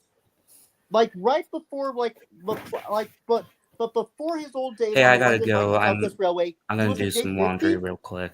That's all right, Tyler. I'm nearly closing up now. Almost ready now. So So take Well, care, nice man. seeing Merry you again. Christmas. And you Bye. too, man. Season's greetings. Bye. see you guys. Yeah, see you. Yeah. I'm nearly done. I'm almost done now, so So I would like to see like what Thomas before his old days on the VSCR, he was a J50. that's right.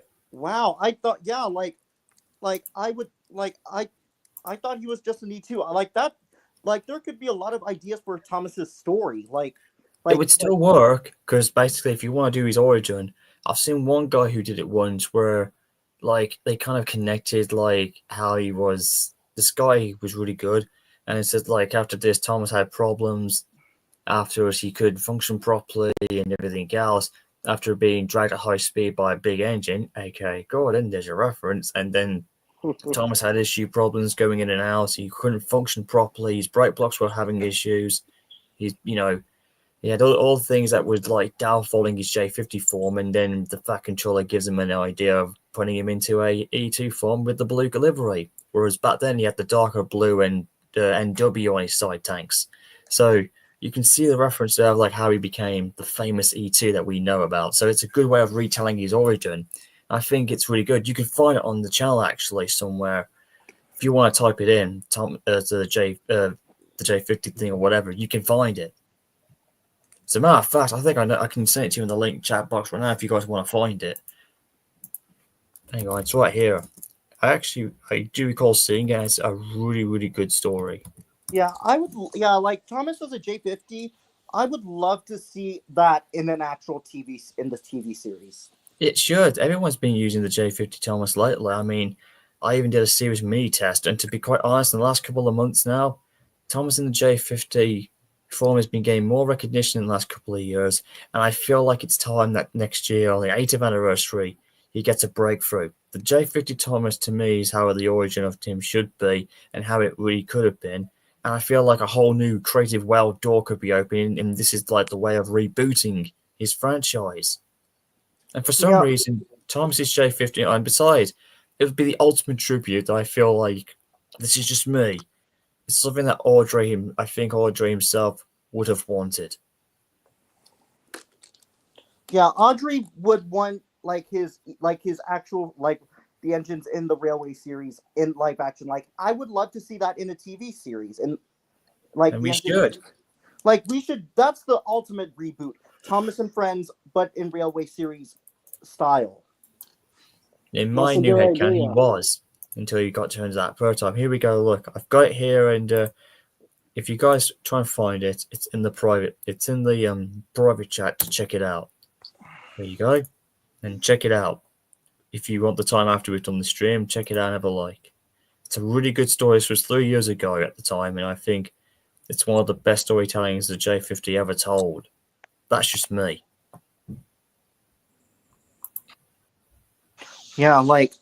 So I really do have a train in trains. I have a few J50 Thomases.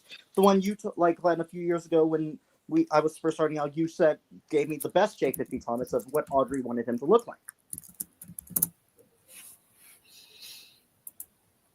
Mm-hmm. So yeah, when I grew up with the Thomas era, I grew up with is basically season 8. That's what I grew up with. With me, it was all the way back at the beginning. I've been there since I was 1 year of age. That's how long I've been a Thomas fan. For the past Yeah, 32 years. Like I've been a Thomas fan since I believe I was born in 2005 Hang on. or 2006 or whenever season 8 aired.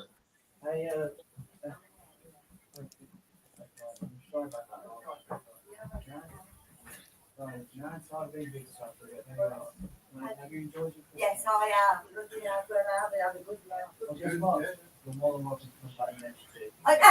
You've been such a good So you can't come back. Because you've been such a good stay away. Give me soda, please. Come on. I know. See you now. Thank you for the present, buddy. Very good time. Oh, Yes, okay. I have. And you guys.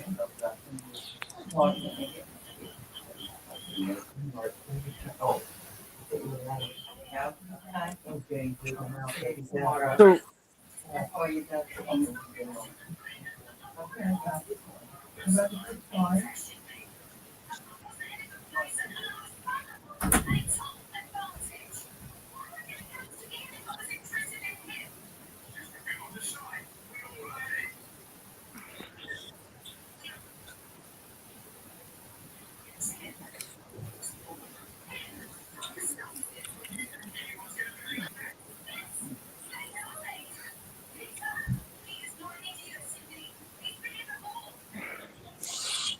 hey Elijah, are you still there?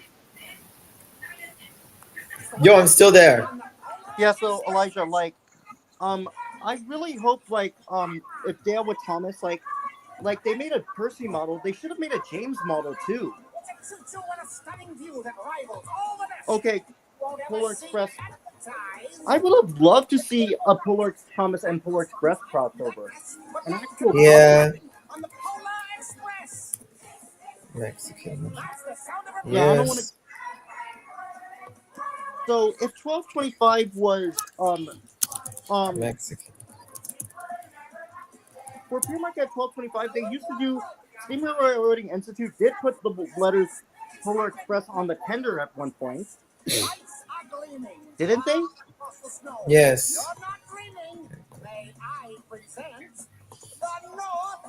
Yes. But they decided to remove it. Okay. So yeah, do you think 4014 would meet up with 1225? Okay. Yeah, I think 4014 should meet up with 1225. Like it would be a great meeting. I don't know if it would be 4014 going to Michigan or 1225 going to Cheyenne. Yeah. What do you think, Elijah?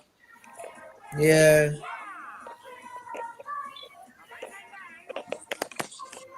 Yeah.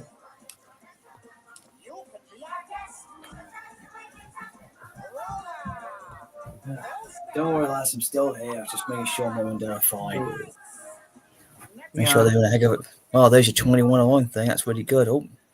There you go. Oh, So, real mashup. put you back. Your signal thing connected. I'll put you back in so you can continue the. So yeah, real mashup. Do you think 1225 and 4014 should meet up? The what again?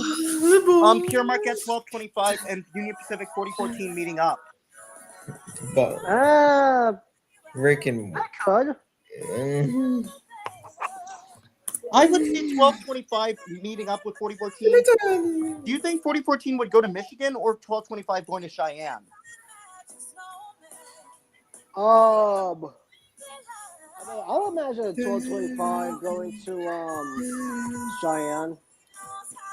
Oh, speaking of new steam locomotives, T1 number 5550. Not Reading T1, the Pennsylvania Railroad T1 5550. Oh, are you talking about one of the Pennsylvania that's going to be restored? It's the It Can Be Done project.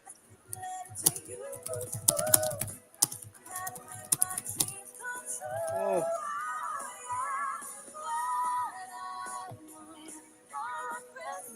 which locomotive do you think could be like? What about 4014 going to the Blue Mountain Reading Railroad? I swear, if it does, it's going to be a foam fest. A foam fast, what, like a good experience?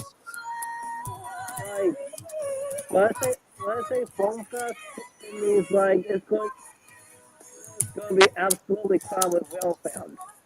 Yeah, I know. Like, Foam fest. yeah, like I want to see 4014 and 611 meet up.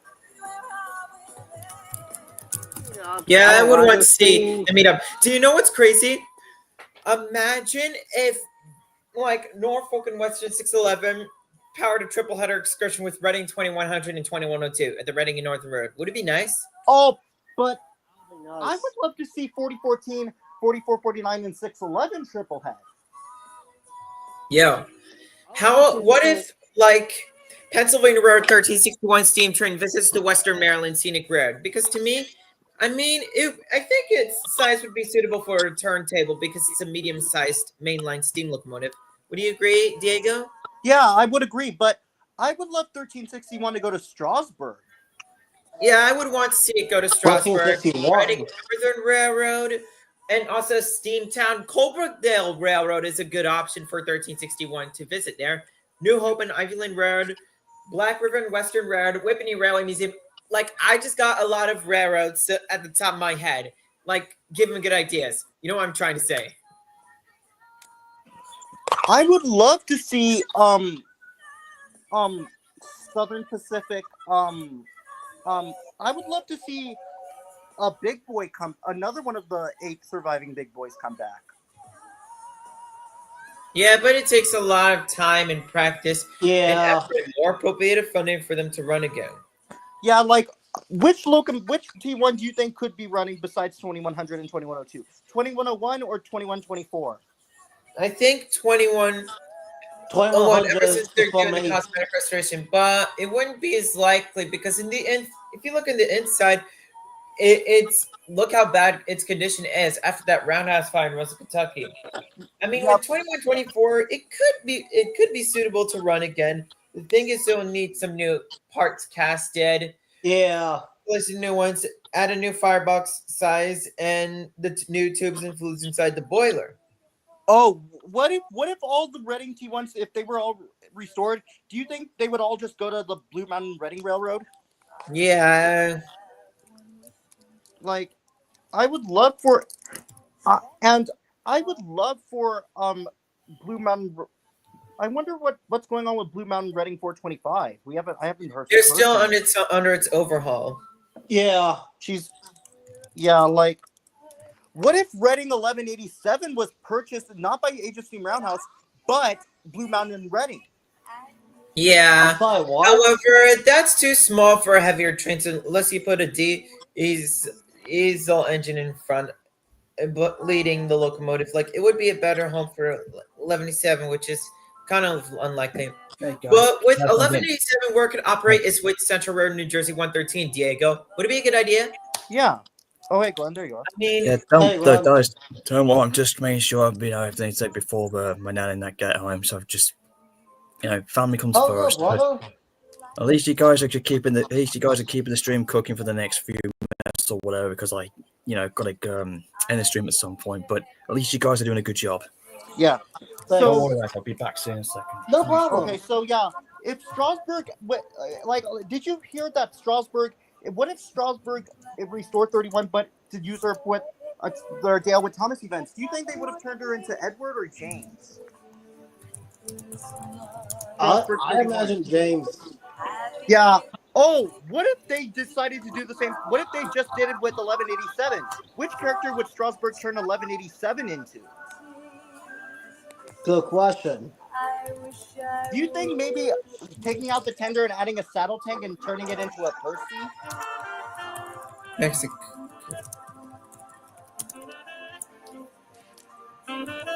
Personally, I like to see Mr. head up with the 4441. That would be awesome to see. But how I doubt that's ever going to happen. if 1187 ran on the Blue Mountain Reading, do you think she would only be pulling like 2 or 3 cars? Guys? Good question. Yeah. I see your. Like, do you think she would have just been used for switching on the Blue Mountain and Reading? Yeah. You mean 1187? Yeah, would she be, if they actually used her on the Blue Mountain and Reading, would 1187 be only like pulling like 1, 2, or 3 cars? Maybe 3 cars, but still too small for heavier trains. Like, it would be nice if it would be a better home for the 1187 where they operate the anthracite coal burner number 2102, which is kind of unlikely. But with Restoration Project 113, if they were to select a locomotive to be a running mate to 113, then it'll have to be 1187. Yeah, Deal? like I would love for I'm really hoping for Strasbourg Railroad 060 number 31 to be running again very soon.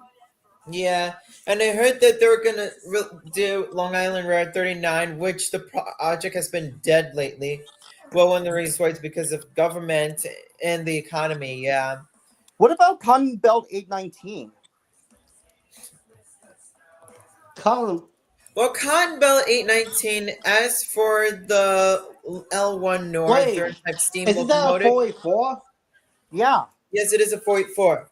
So Why what did I they heard heard about that in March before? 2021, the Arkansas state legislature passed an act designating number 819 the official locomotive of Arkansas, with the hope that the passing of this act would encourage and provide for future funds for a restoration to operating condition and protection for the locomotive. Okay? I was about to say, why do I feel like I heard that locomotive before? Because I have not heard about that for like a long time. The last time I heard about it, I was watching an episode from Trace Locomotives on the on something TV. Oh, what about Western Maryland 734? They're still working on it. They're just doing the funds for the restoration to operating condition, but yeah. Hopefully 734 and 1309 will double head. Yeah, what's been going on with 1309 lately? Like I've seen, like we've seen. What I would love to see for 844 is basically her. What if 611 pulled the American Freedom Train? That'd be nice. Ross Rowland could use something for Chesapeake and Ohio 614 to have her in American Freedom Train colors. That'd be nice. Or the Greenbrier Presidential Express. Yeah, but unfortunately they're repainting it. But at least we're getting it for excursions. So, do you think Ross Rowland will use 614 for the American Freedom Train project? Well, it could have been used for the Freedom Train project with the converted to burn oil. But Chesapeake and Ohio 2716 is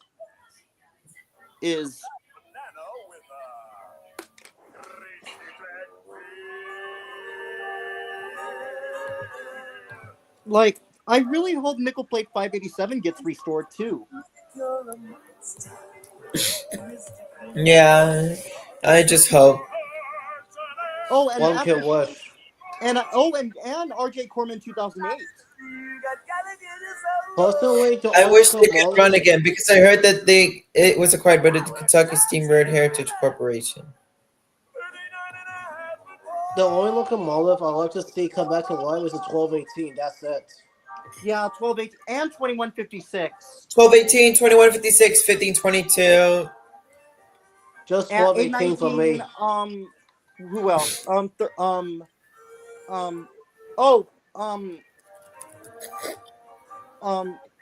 We can't forget about. Hold on, I'm still thinking of a locomotive. Take your time. UP 4466. 4466. Yeah, Atlanta and West Point 290 or Savannah Atlanta number 750.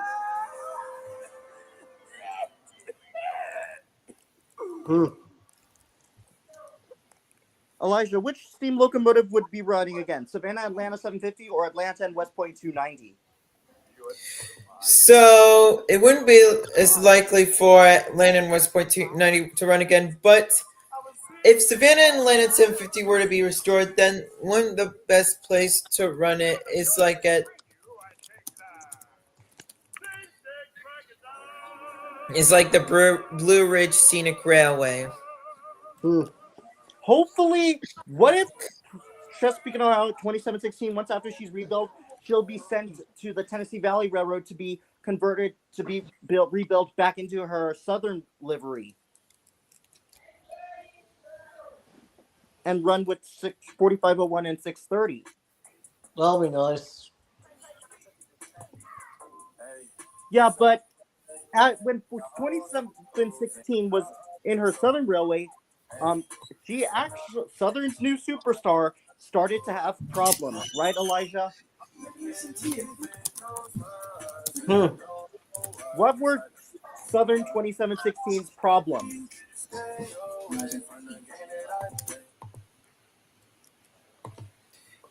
By the way, by the way, my sister is here. Sorry. So Elijah, So remember when just Southern 2716 started to have problems? What were those problems? What? Southern when 2716 was with the Southern Railway, she was starting to have problems, and what were those problems? It was the cracks in the firebox. And to be honest, it really sidelined the locomotive because of this. They could have at least repaired the firebox properly, but imagine if CNO 2716, that's firebox overlooked with its new one, casted and would have been restored later around 1983, then what would happen to 1218? Oh, what if? We know that hopefully 1225, 765, and 2716 will do a reunion together. Yeah, they would.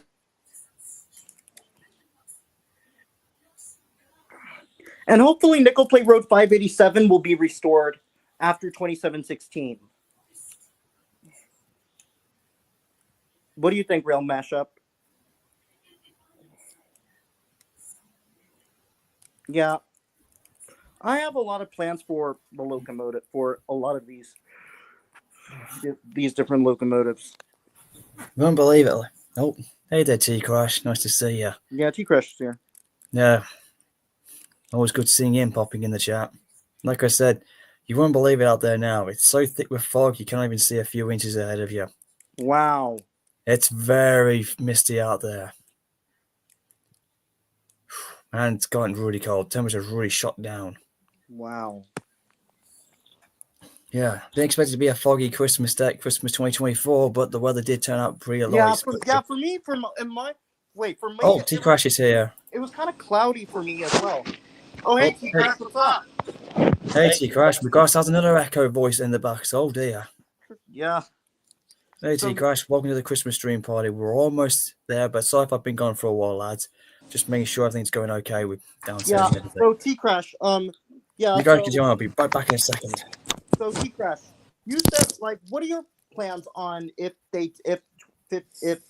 I'm back. Yeah. Hello, everyone. Oh, yeah, T-Crash.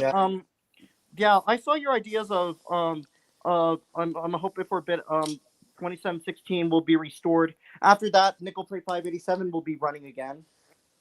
Maybe. Hopefully, currently, 587 is owned by a private individual.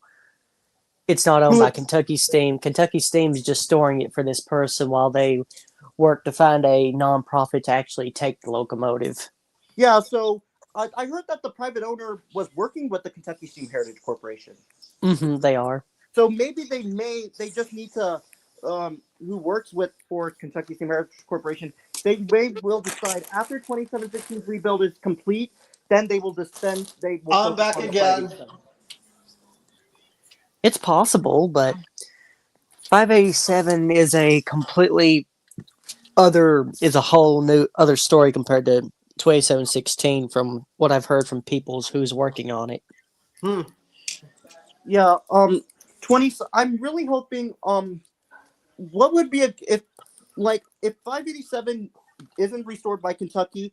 Do you think she'll be sent to Strasbourg? If it's possible. I mean, it's possible. I mean, they have the 722 right now doing the boiler work on it. What if 587 was purchased by the Fort Wayne Railroad Historical Society? Well, I would say that's possible, but they just acquired 3K1, so I don't think they'll be purchasing any new steam locomotives at least until 3K1's back running again. Oh yeah. What if Steam Railroading Institute purchased 587? So 1225 could have a running mate. That would be interesting to see. If I had to say somebody would take it, honestly, I think sorry, my brain just decided to not work. I think Illinois Railroad Museum would be good for it because... Oh, definitely. Oh, yeah. I mean, they'd have somewhere to run it at least. Yeah, Frisco 1522. Would that be a good addition to the Illinois Railroad Museum, or is 1522 a little bit bigger than 1630? 1522 is a lot bigger than 1630. But 1522 should run again. What if 587 was purchased by the Tennessee Valley Railroad to be a running mate in case of so they could have two Mikados, 587 and 4501. That would be interesting, but if Tennessee Valley got a hold of it, most likely they'd turn it into a Southern Railway MS1, which was the USRA Mikados they received, or possibly, which I would love, is for them to bring back the old Tennessee Valley scheme they had with 610. Oh, what about 610? Will she run again or no? What's 610? It's a USATC S160. She's a 280 consolidation. But I don't know if she'll ever be running again. Oh, she will. Never say never. Currently, from what I know, as someone who has associates there, the current order right now is their goal is to, because this year is the last year 630 is going to be operating before her rebuild. Yeah, 610. The whole goal going to go down for a rebuild. Yeah, this is her last year. This is her 15 years are up this year. But the whole goal right now is, as soon as 630 goes down, immediately start restoring it and have it back by 2027 when 4501 goes down, and then start working on 610 and have them rotate through the shop, the three of them. Yeah, what about 722, or is that a whole different story?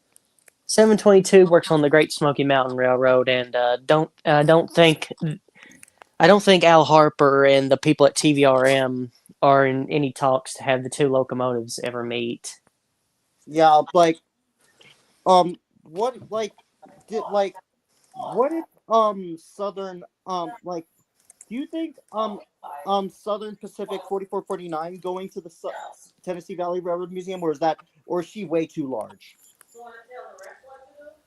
She's taller than the dome car that TVRM owns, I think, and they can't get that thing through the tunnel.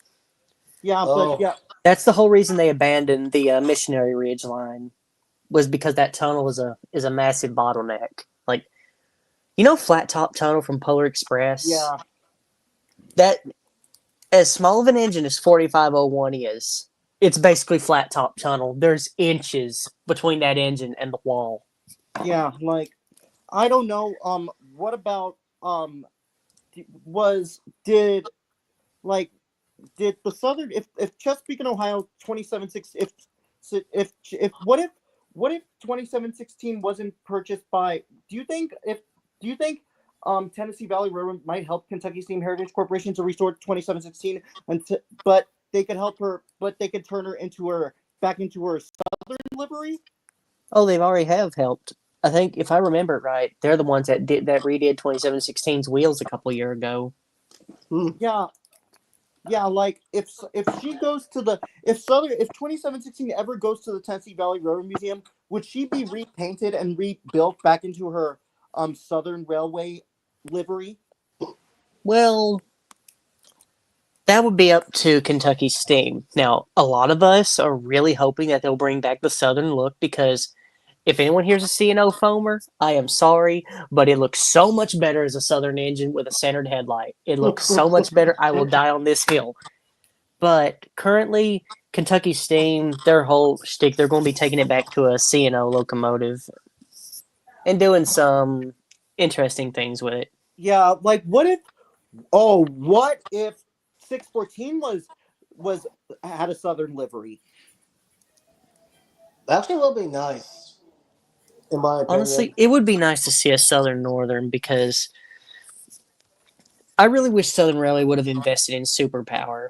That was the one thing. Even though it was a good business move to go ahead and move on, I still think that Okay, boys, I'm back. we should have seen something of this. Hey, what's up? Hey man, I've just had me finished off my 10th stick of Bola Prosecco. We're still rolling. Like I said, Nice. Sci-Fi was gone for a long while. Just had to make sure everything was going on. It's all good, man. It's all good. So again, thanks for you guys for keeping the stream going while I was just doing my family Yeah. Christmas errand there. Yeah. Again, T-Crash, it was pretty cool that you popped back in and nice to see you. I had a feeling you'd pop up on the Christmas stream and that was good. Yeah, we had Good a to good be chat here. talking about steam locomotives. Hopefully, Chesapeake I really hope 2716 is back into her Southern livery one day. Well, we'll see what will happen. I feel that 2761 was it? The one that 2716.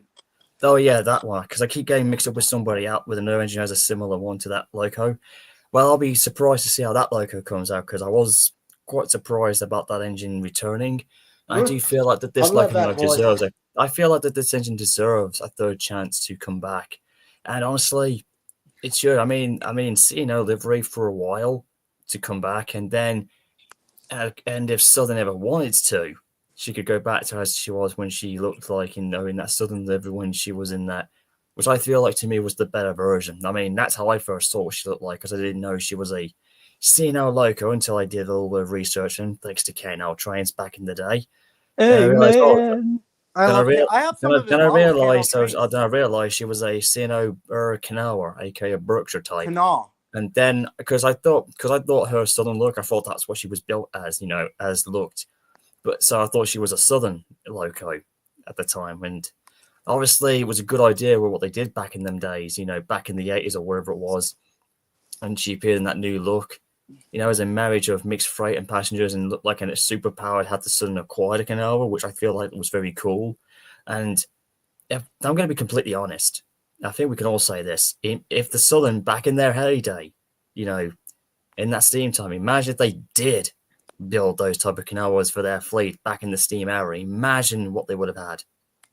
It was something they considered, and plus, but they just didn't have the. Did they have the funds, or was it not? No. It just that was what it was at the time. Not every engine had the same. Well, I mean, the Northern was the popular design, but I think the Kanawha type, I feel like or the Berkshire type, or whatever you want to call it, just wasn't there as much. I think during wartime or whatever it was, they were pretty more into it then. But if Southern did it in their prime, I think T-Crash has a very good point. Like I said, I feel like if we ran the clocks back, imagine what they could have done. It would have been fantastic. If they had. Imagine how many they could have made, and if one could have preserved instead of 2716 actually being rebuilt into one, if they had one as a what if they actually had an actual design. Because it would have been interesting. Go ahead. Sorry. Yeah, I'm saying, just think about that. If I mean, everybody's been saying these what ifs lately, like, what if the Royal Pennsy had gone differently? If they built the FG1 based on 1200, 1218's class, if they had done that, there was a good chance they probably would have had one of the strongest engines. And possibly, if they had done in history, if they were allowed to, imagine the amount they would have had on their roster would have helped end the war quicker. And of course, they would have had arguably the biggest they would have had regarding the Q1s and the Yeah, Glenn, I agree. But this question keeps popping in my head. Will 4014 meet up with Scotsman? Look, it's not going to happen. Besides, Yeah, that's not. Actually, it did happen, but one of her sisters actually beat her to the punch. Yeah, but And still, it's there's no funny. way in hell that she's coming back to America, right? Like the picture of that in the big boys, like take an O scale Lionel Big Boy and a double O scale Scotsman. That is what it makes it look narrow gauge. Yeah, it's insane. But at least we got to see the massive square up of the famous engine going up against one of the biggest in America ever built. But she's But never even its fame returning to alone could have America, right, overshadowed its size. You know what I mean? I mean, size is one thing, but it can never outbeat the beauty of what Scotsman had. You know what I mean? But Scotsman Even the never biggest, coming like back even to the America. biggest of all locals would be dazzled by Scotsman's quote unquote female beauty at the time. But we all know Scotsman's never returning to America, right? Look, I know we're going a little off there, but that's just how it goes. Yeah, but I mean, there's plenty of other British locomotives over here. I mean, Yeah, we have an like- A4. Like an A4. Yeah, you Pacific got two of Mallard. them, one in Canada, one somewhere else. Oh, and Henry was actually a mix of an LNER A1 and a C1 Atlantic. I mean, also there's a little colliery engine up in Kentucky. I've seen it before. Flying Duchess, I think the name of it is. It Yeah, is a like- beautiful little tank engine. Flying Duchess. Oh, the flying. Oh, I think I know which one you're referring to. It's a- no, that a long while actually. It's an LNER Apple Green, I think. It's parked with a massive LNN dining car. Indeed. What if 44 like it like literally I would love to see the 611 go to the Southern Railway, or is that I mean Tennessee Valley Railroad, or is that never going to happen? Hey guys, I'm back. Once again, that tunnel. Yeah, I just had to eat dinner with my mom and my sister. Yeah. I thought you were having internet connection problems. Oh, T Crash. Glenn and I thought this was a good idea. What if 611 went to the Blue Mountain Reading Railroad? It can still happen. Besides, obviously, the Blue Ridge Mountain isn't too far, and in the Blue Ridge, it's very close to Norfolk and Western Territory in the Blue Ridge Mountains. Well, it's already been in the area technically when it went to Strasburg, and with the management of the Virginia Museum of Transportation changing, like it's one of those things that it could happen, but at the same time, you have to think of the logistics and if these two organizations can work together, and it's a especially big with mess of red Norfolk tape. Southern with their But I do think it's possible. I mean, hell, the 2015 Norfolk Southern conversion that was held by 765 made it all the way into the Blue Ridge Mountains. So I do feel like 611 could make it. I That's mean, so if that were possible. to happen, I would imagine a triple header with Norfolk Northern 611, Reading 2100 and 2102. 3 Northerns. 2 from the Reading or what if what if just 425 and 611 had their meeting? Very similar to what we saw in that exchange of whistle blasts with 765 and 4 and Yeah, it will be so cool. just imagine that. I mean, even What if 611 would be 4501 absolutely and drowning out the 425 met up? atmosphere with her deep tone whistle. I mean, honestly, I mean, it'd be good. 611 would make quite a good scene with it. I mean, I know 765 had her moments, which we all saw multiple variations of it. But if 611 had been doing the whole thing, imagine the amount of back and forth whistle blasting they would have had. It'd be something. What if 4501 went to the Blue Mountain Reading Railroad? Oh God, you and your big boy what ifs, man. You need to tone the size down. I meant Yeah, that's- 4501. Yeah, but I didn't say big boy. I said 4501. Yeah, 4501 could definitely make the jump. I mean, trouble led up with 630 and the soon to be returning 722. Yeah, 722 is.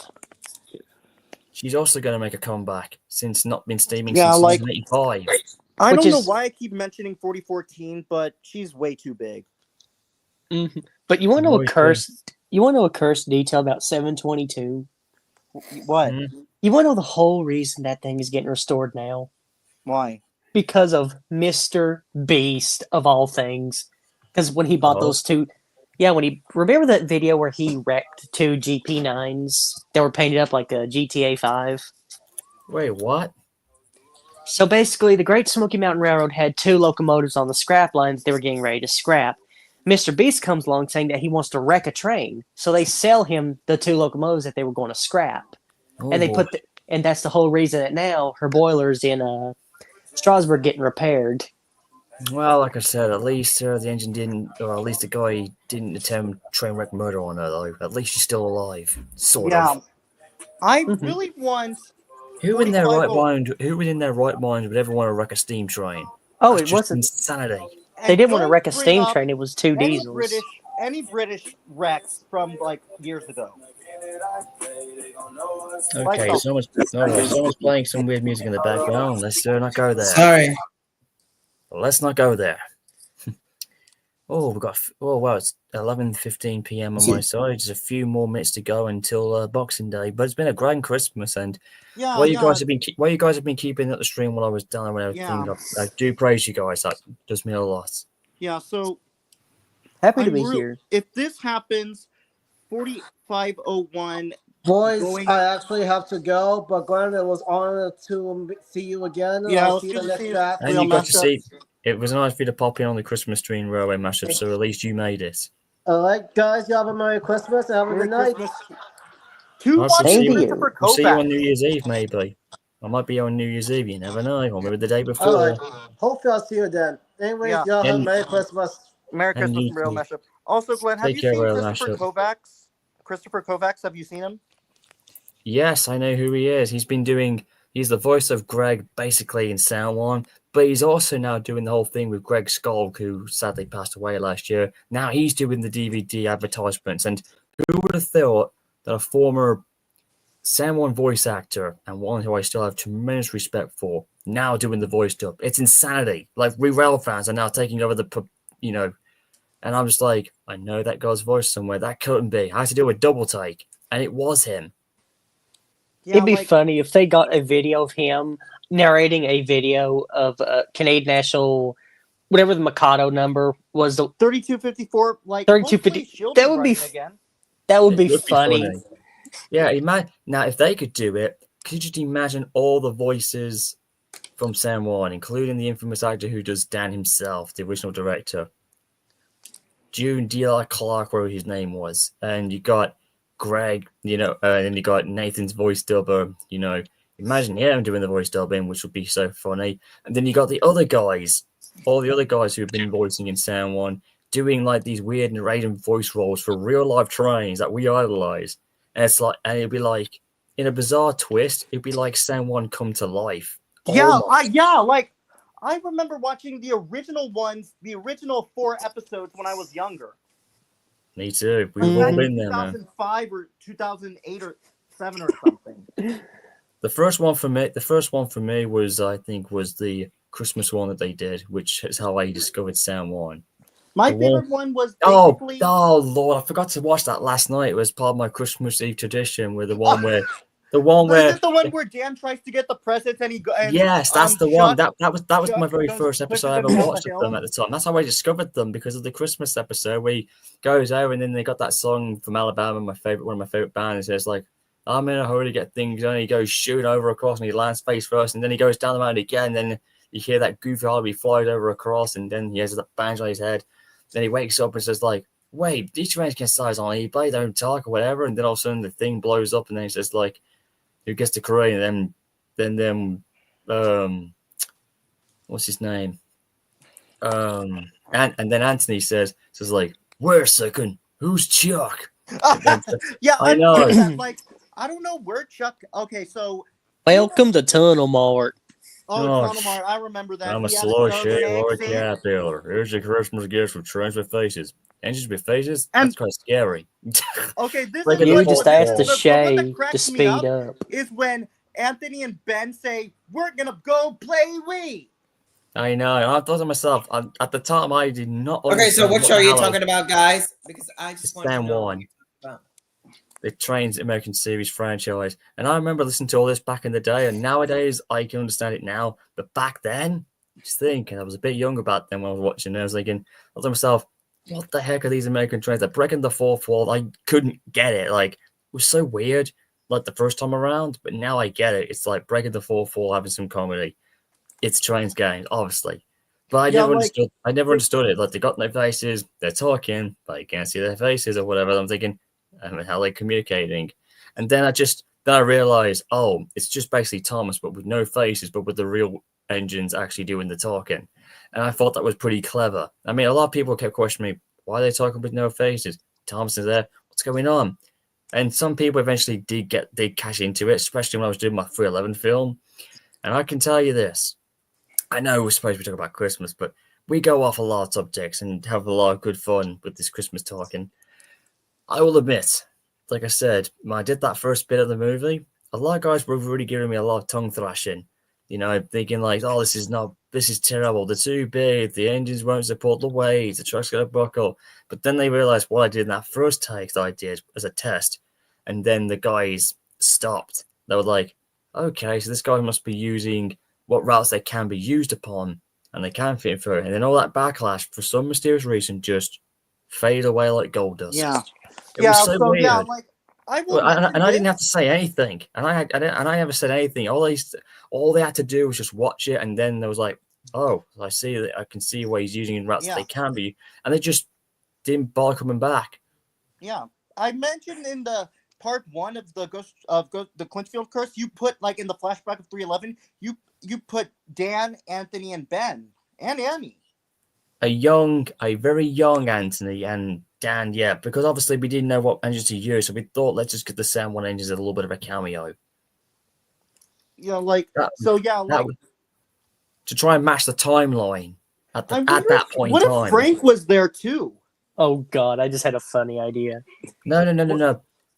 Frank wasn't even shown as 1522. It wasn't even mentioned. Oh, like what? I mean, he could have been. You just had to wonder which engine he was because we used the KNL engines in that flashback and the last one in part 14 or 16 or wherever it was. But he could have been. Who knows? So the job is up to you to figure it out, really. Yeah, like I do love I really do like I feel like I love Ghost Train 2, but I really wish that you would have made a third one, Glenn, but I would have done, but the thing was I was so burnt out when that movie was done. After 2 years of sacrificing it, that was it. I was done. I will be honest, I never told anybody, but I was burnt out by that point. Legit couldn't go that far anymore. Like understandable, but I don't regret making it, but I will admit the lack of communication, everything that was going behind the scenes was in total utter chaos. Was it like a hard time to get it done? No, it wasn't just getting it done that counted. Just think about it. The fan base is different to what it was then. I had a very, very greedy fan base who wanted more. They didn't know that I was taking a month or two or maybe weeks to get the parts all together.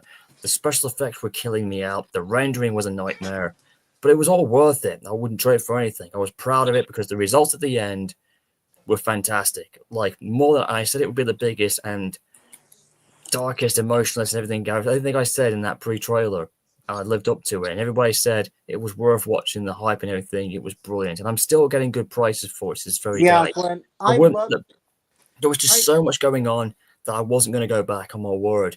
Even if I was being forced to cancel the movie, I was not going to do that. Even though I was given the deadline, I was co-directing, and I realized co-directing didn't work out. Look, I know I've had a lot of bad blood in the past. But those who I was with, I'm just glad they're done with. But the fact is, the lack of teamwork, life and reality blending together was not a good mix. Like, I was in a different time span back then. I wasn't the mature man I believed I was. And obviously, the movie was the be-all and end-all for me. And I was going to do anything. Come through hell, high water. I was not going to let my fan base down because obviously they wanted it, and I was going to deliver on it, but I didn't want them to think like they had control of like what they wanted to see. Like they all thought that Timothy and 411 were going to be partners. I only gave them a tease of it, and I said like, okay, if that's what they want, this is what they're going to get. So I did it in Thomas's Nightmare, and that was the way I was doing it. Then they finally figured it out because I was playing around with the audience. They liked it, but there were some that were demanding. They wanted this, they wanted that. I was like, oh, this is great. Okay, now where's part 4? Give us that. But there was a lot of those people that wanted that sort of attitude, and I felt that was very disrespectful. That's why I took my sweet time and thinking the more they demand, the longer I'm going to give it to them. So I will agree on that. You have to be patient because that was I then. can see all of those effects must have been like a pain in the ass and hard to do. There was a lot of them. And today, people have a lot of patience to wait. Where nowadays, back then, they didn't.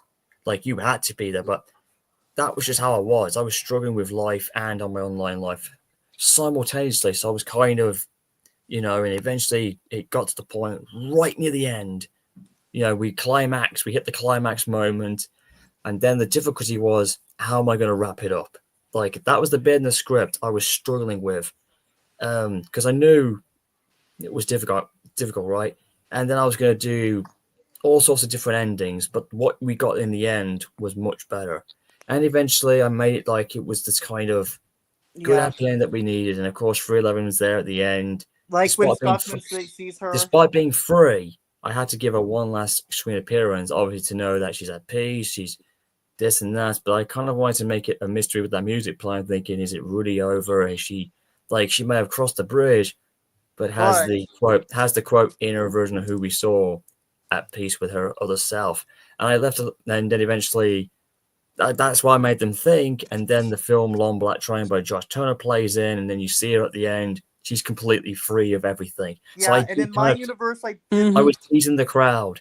And eventually, when they heard the song, they knew it was a happy ending. And in my universe, after that, I did this in my universe that 311, after when they heard about her story of how she broke free, they decided to give her a treat by restoring her and bringing her to a new home, and where she made a lot of great friends. Well, that's the difference between yours and mine. But back in my reboot calendar I've been doing lately now, she does get saved. She's like, she has the accident, and you saw in the movie, they do restore her. The manager goes home.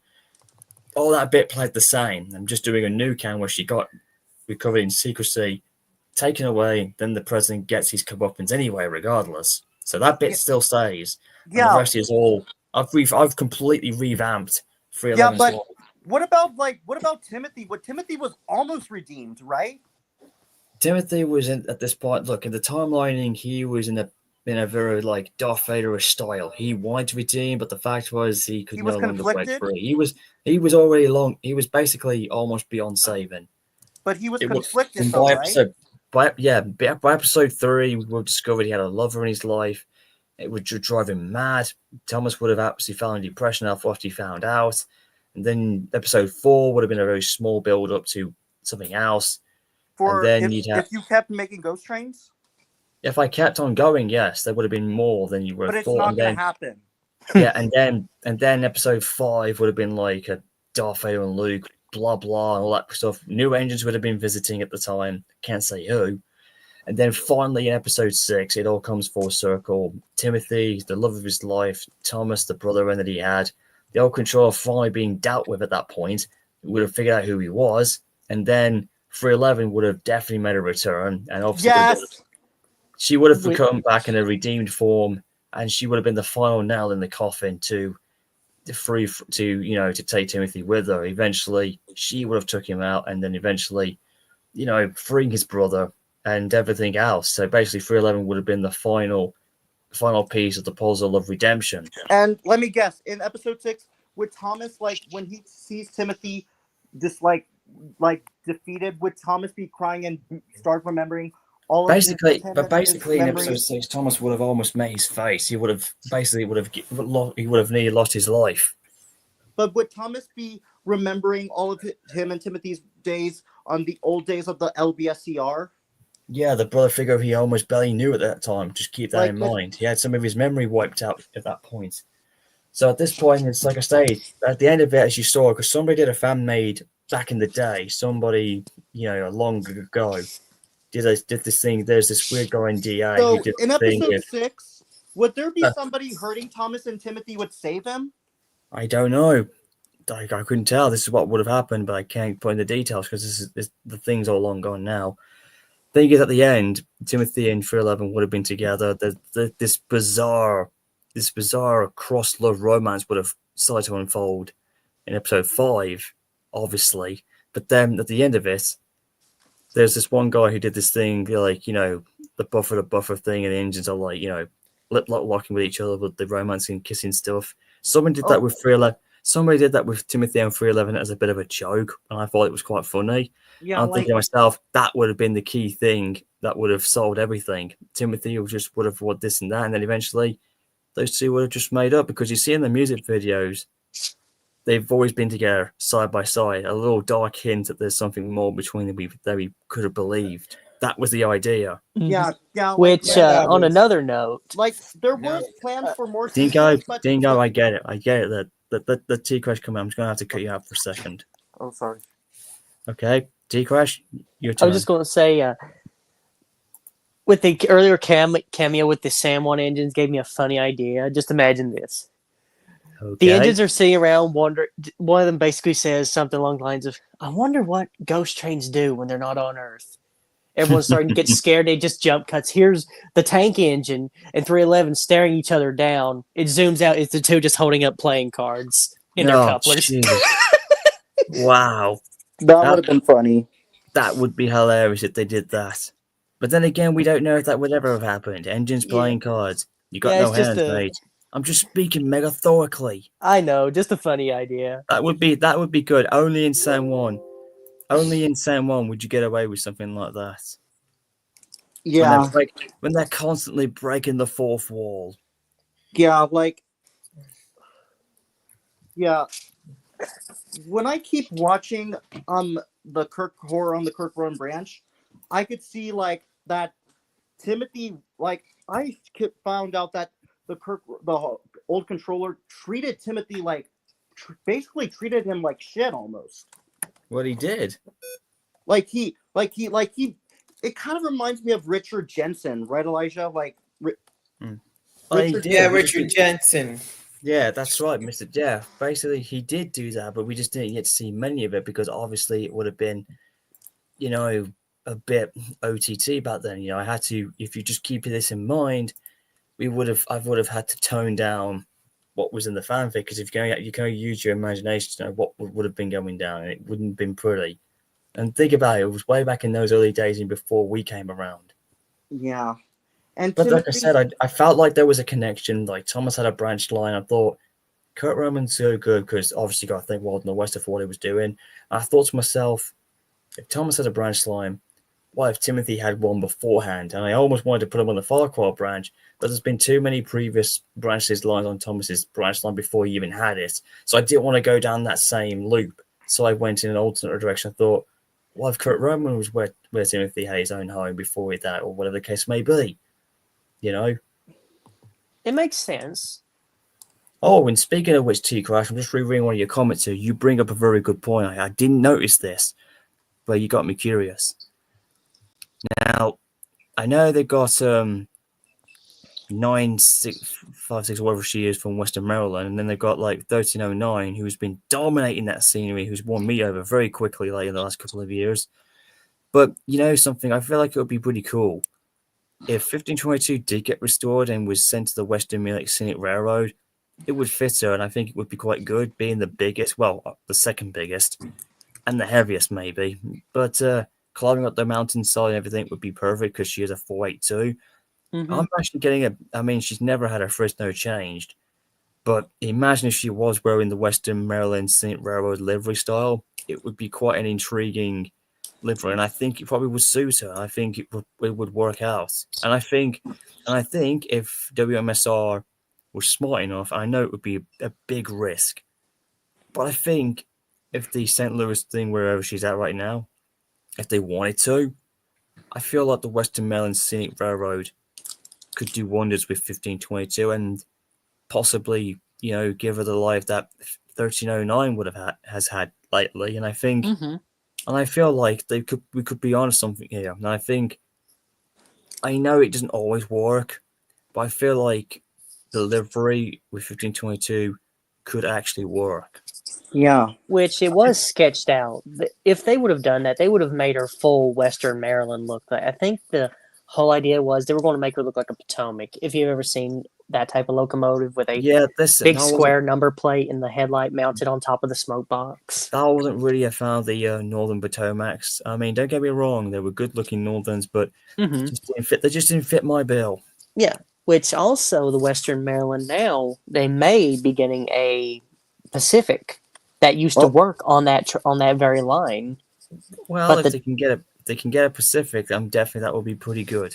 Yeah, but the problem is now that they've announced that they were going to buy it, some people in the town that never cared about the locomotive before have suddenly started a whole campaign that petition save number 202. The engine's Well- literally rotting down. Well, if you think about it, maybe they had a second chat. Maybe they just had a change of heart and thought, you know what, let's just do it. Mm-hmm. Who knows Who knows what was going on? Yeah, which I hope they do get to buy it, because it's one thing to restore a steam locomotive and run it somewhere, but it's another thing when you have a steam locomotive on its home turf, like And with that's one- 722. yeah. Sorry. That's right, yeah, like 722. I get it, yeah. Yep. Yeah. Like, I wouldn't know about 734 though. Well, that's- 724 was probably one of the biggest Mikados, 280s I've ever seen, despite how massive her tender is.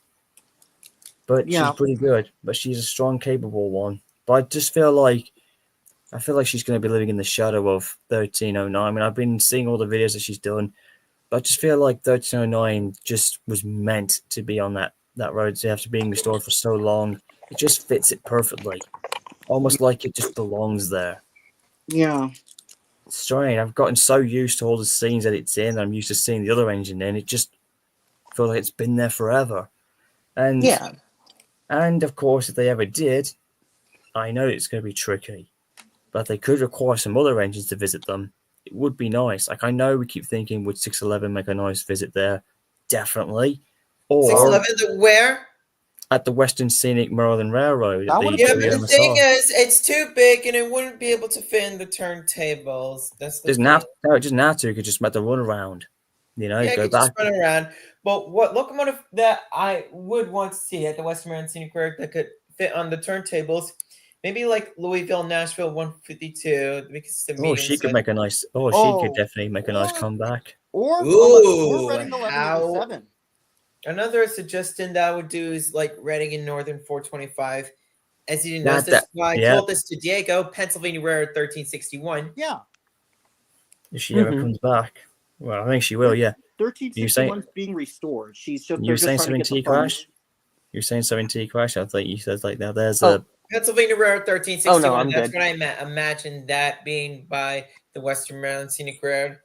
Maybe if even another steam train that I could think at the top of my head. Maybe Chesapeake and Ohio 2716. 2716 definitely could. Because She is former a CNO trackage was 284. are now currently owned by CSX because they run between Cumberland and Frostburg, Maryland. Or like I said, there could be many ideas they could have. Or like I said, if it's a bit of a long stretch, they could always get 4501 to make a visit. Yeah, It would be 630, GSMR 1702, 1702. 1702 could make a nice visit there. It's probably roughly on the same size as 722 almost, since they're both consolidation classes. Oh no, But 734 is much more 722. larger. 722. Yeah, 722 dwarfs the 1702 because 1702 was built to the British loading gauge. Oh yeah, This thing is massive compared to it. Oh, well, what not about as big. Not as big. Well, she's big, but nowhere near as big as her bigger cousin 4501. What about Oh, no. Armstrong 4070? What about? And there's another engine you might remember from the former Grand Canyon, and she's been a wonder, and she even made a brief cameo in the ending and the intro 4960? of Shine Time Station. 'Tis a Gift, number 89. Strasbourg 89? No, number 189. You know the small little foundation, the engine that made a cameo in the intro of Shine Time Station. 'Tis a gift.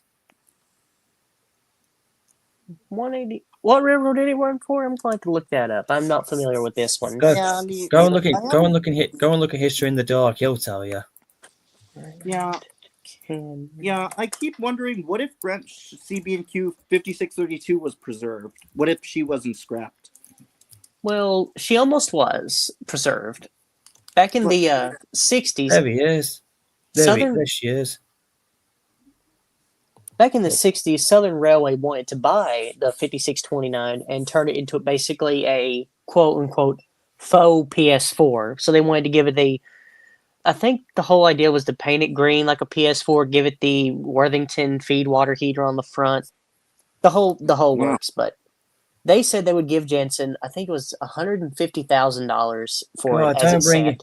Don't bring in Jensen. You know what he did? He had some of his engines he preserved, and he had a scrap. And you know what History in the Dark is like when he mentions that name.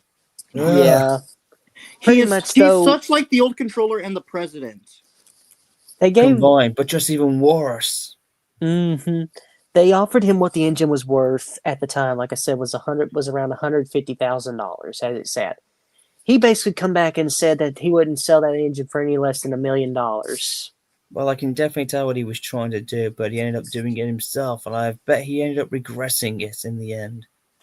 All he managed to do was to destroy 5639, the very locomotive he had saved from the scrappers tour. Yeah, that was like Richard Jensen. Like, he didn't care about it, wanted to destroy it so he could win way more money than he think of. The thing is, Ford shut his ass mouth, and he gave him nothing for his terribly deceived plan. Yeah, but at least,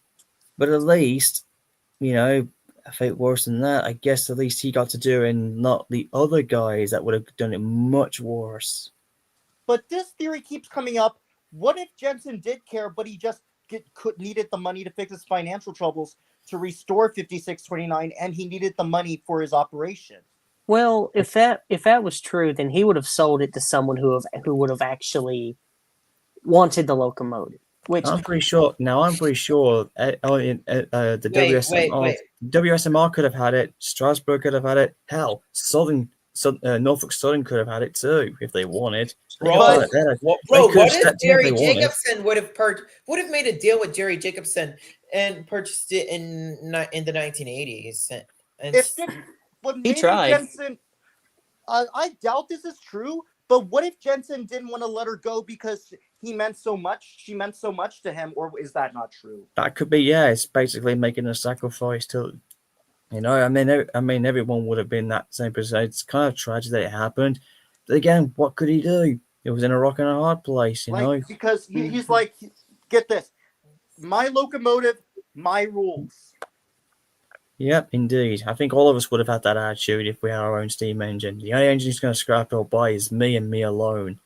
Nobody else. Obviously, you know, there comes responsibility with a locomotive, and I think you have to carry that out. You know. Hold on. What am I? Hang on. Here it is. The engine I was telling you about, who I feel like who will return soon, but I think the Western. I mean, the Western Melon would do great with her, but I think she's coming back very soon because there's another railroad who's going to guess her, who's been nicknamed. If I've got this correct, she's been this locomotive has been nicknamed as the come on, where are you, Sweet? Oh yeah, she's been nicknamed the ever wandering locomotive of Lake Superior. Is that that one Pacific that's at the Here, go in the private chat and you'll see what I mean. This is the engine who made a cameo in Shine Time, 'Tis a Gift in the intro and in the ending. So Southern Pacific, Strasbourg 475? Nope, this engine here, look. 844? No, it's this locomotive here. Oh, she's running now. She's back now. Yeah, this locomotive. In the chat, this locomotive. There you go. This was the engine that... Oh, it's been pulling excursions for number 18. Yeah. Yep. Been going for about She's 2 the years now. that's the engine that was in Shine Time Station. Tis a Gift in that Christmas special in the intro and in the ending story. Yeah.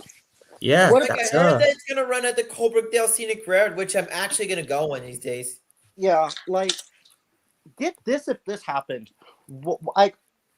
I know we don't talk about Richard Jensen, but I thought Metro was responsible because they scrapped 5629.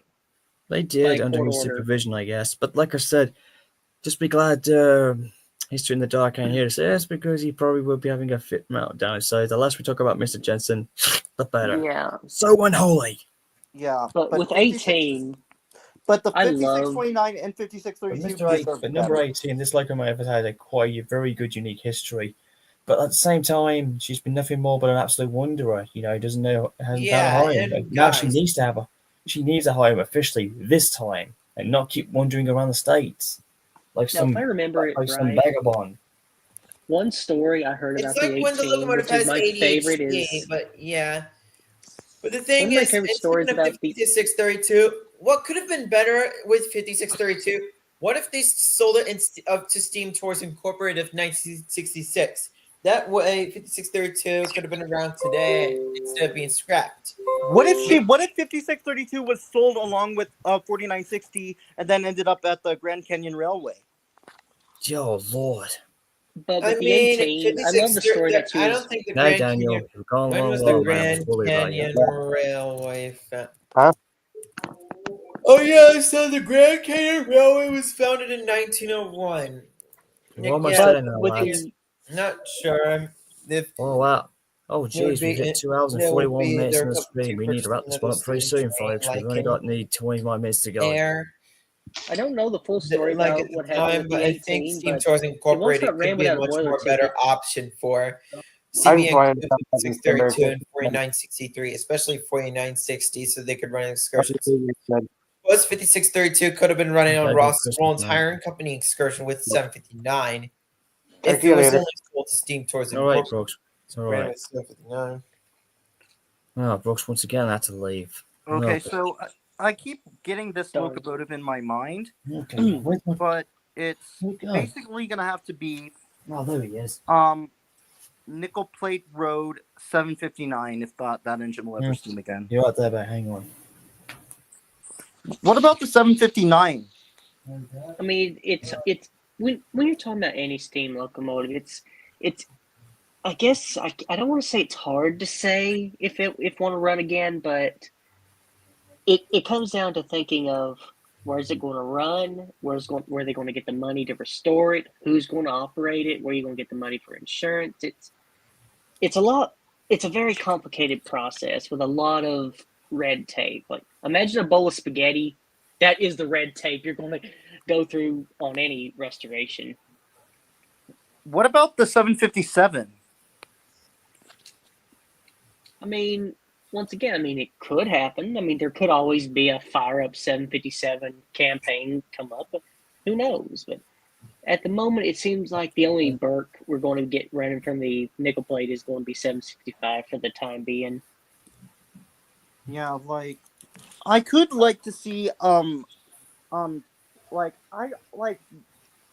really wonder but we don't know when 3001 is going to be running yet. I think the current goal is around 2030.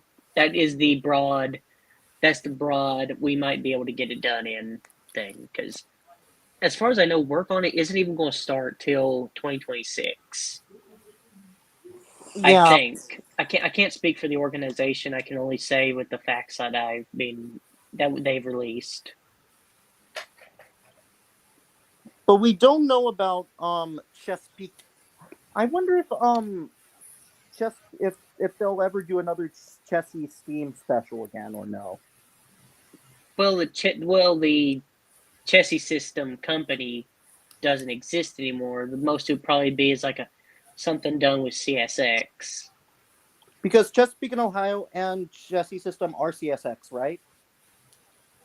Yes, that is the CSX is the latest. I think the whole thing is Chessie System Express or something like that.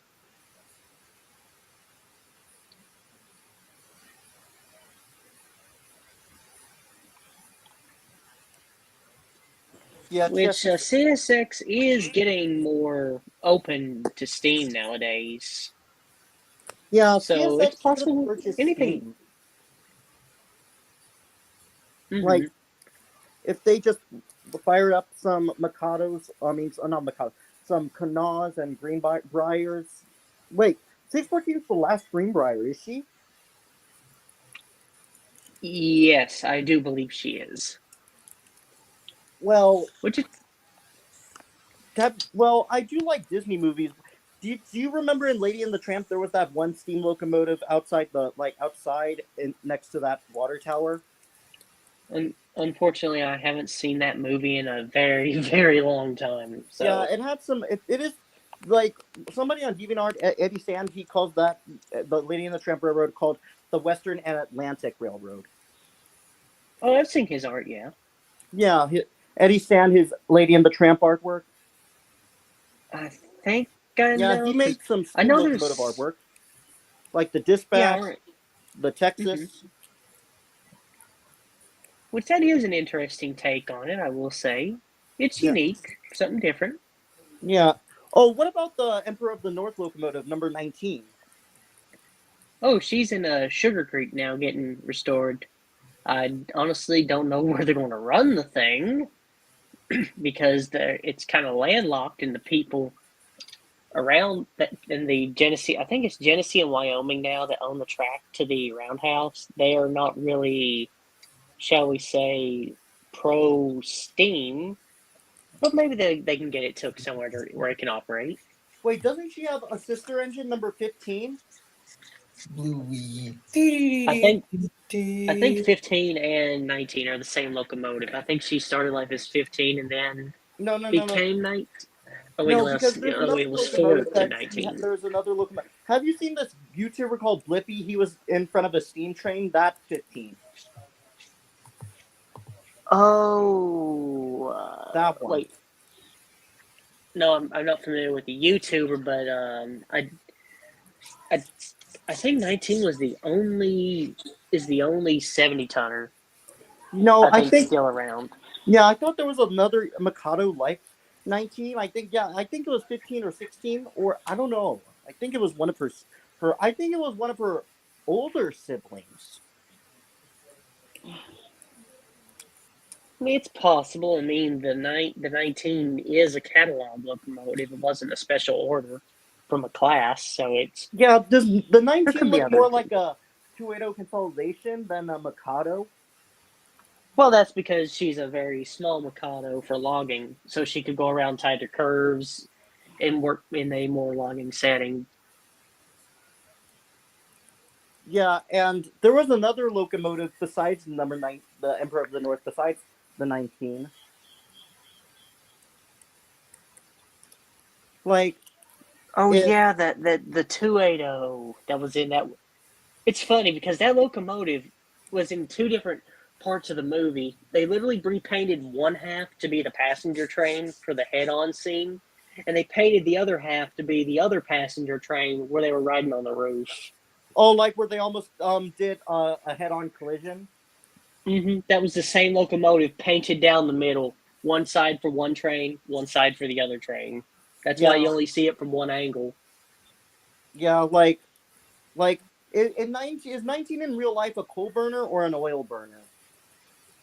She's an oil burner, but for the movie, they burnt coal on the atomizer, and it's interesting. There's a guy that built a Lego model of the 19. I think Glenn Holland. He goes into a deep history on the 19, talks about it. I recommend his video. Yeah. I really hope I remember when they did the high ball out of the yard, they bumped into the gondola. Did it just bump into the gondola, or did it couple up? Does it not have a front coupler? it has a front coupler, but an impact speed like that coupler is, shall we say, it had its pronouns changed to was and were. That coupler is not being used after a hit like that. What if the coupler was open and the car just, after when it hit it, it just coupled up? The impact would have probably broke the knuckle along with damaging the draft gear. Which is if you've ever seen like a train coupling up, the coupler kind of sliding back into the car and then pulling back out. Yeah. That whole mechanism would have been destroyed in a hit that powerful. Yeah, like because it wasn't just a hit. Like, I would love to see when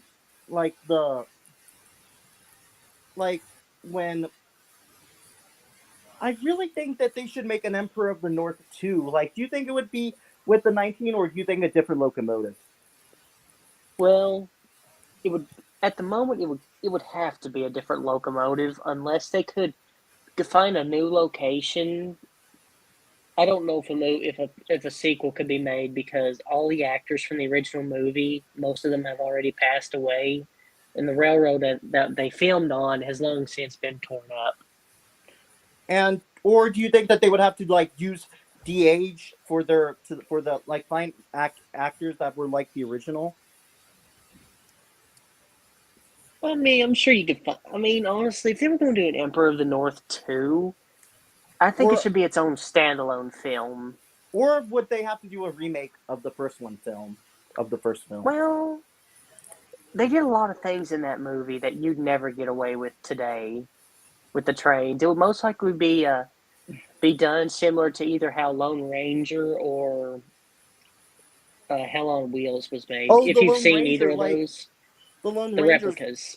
Yeah, the Lone Ranger scene. Like, did you know that trains with the steam locomotives in Red Dead Redemption 2, those were based off of those old Western locomotives? Mm-hmm. I know they based one off the New York Central 999, but I can't remember. I think the 10-wheeler was a freelance design. And the coaches were basically Denver and Rio Grande narrow gauge coaches. Mm-hmm. And I'm a big fan of the Denver and Rio Grande. I went to the Durango and Silverton Narrow Gauge Railroad back in like this year.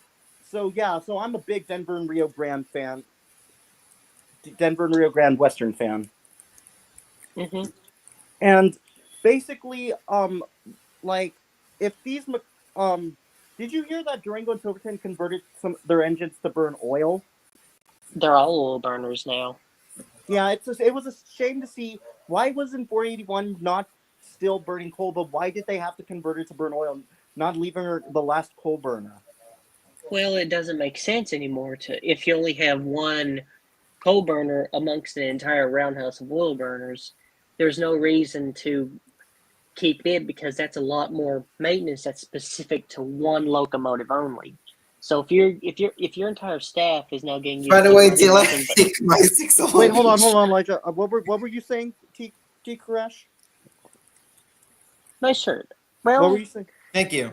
It makes no sense logically because if you have one coal burner and 5 oil burners, or however many steam engines they have at the go.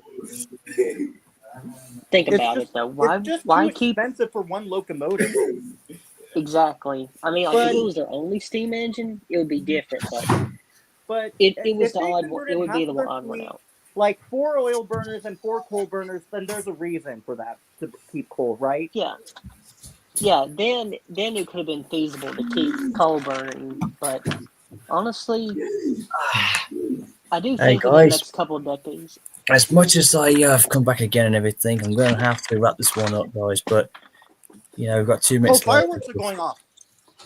So yeah, we're just about to get ready now. So we've won 2 hours and 53 minutes, making 54 in a few seconds.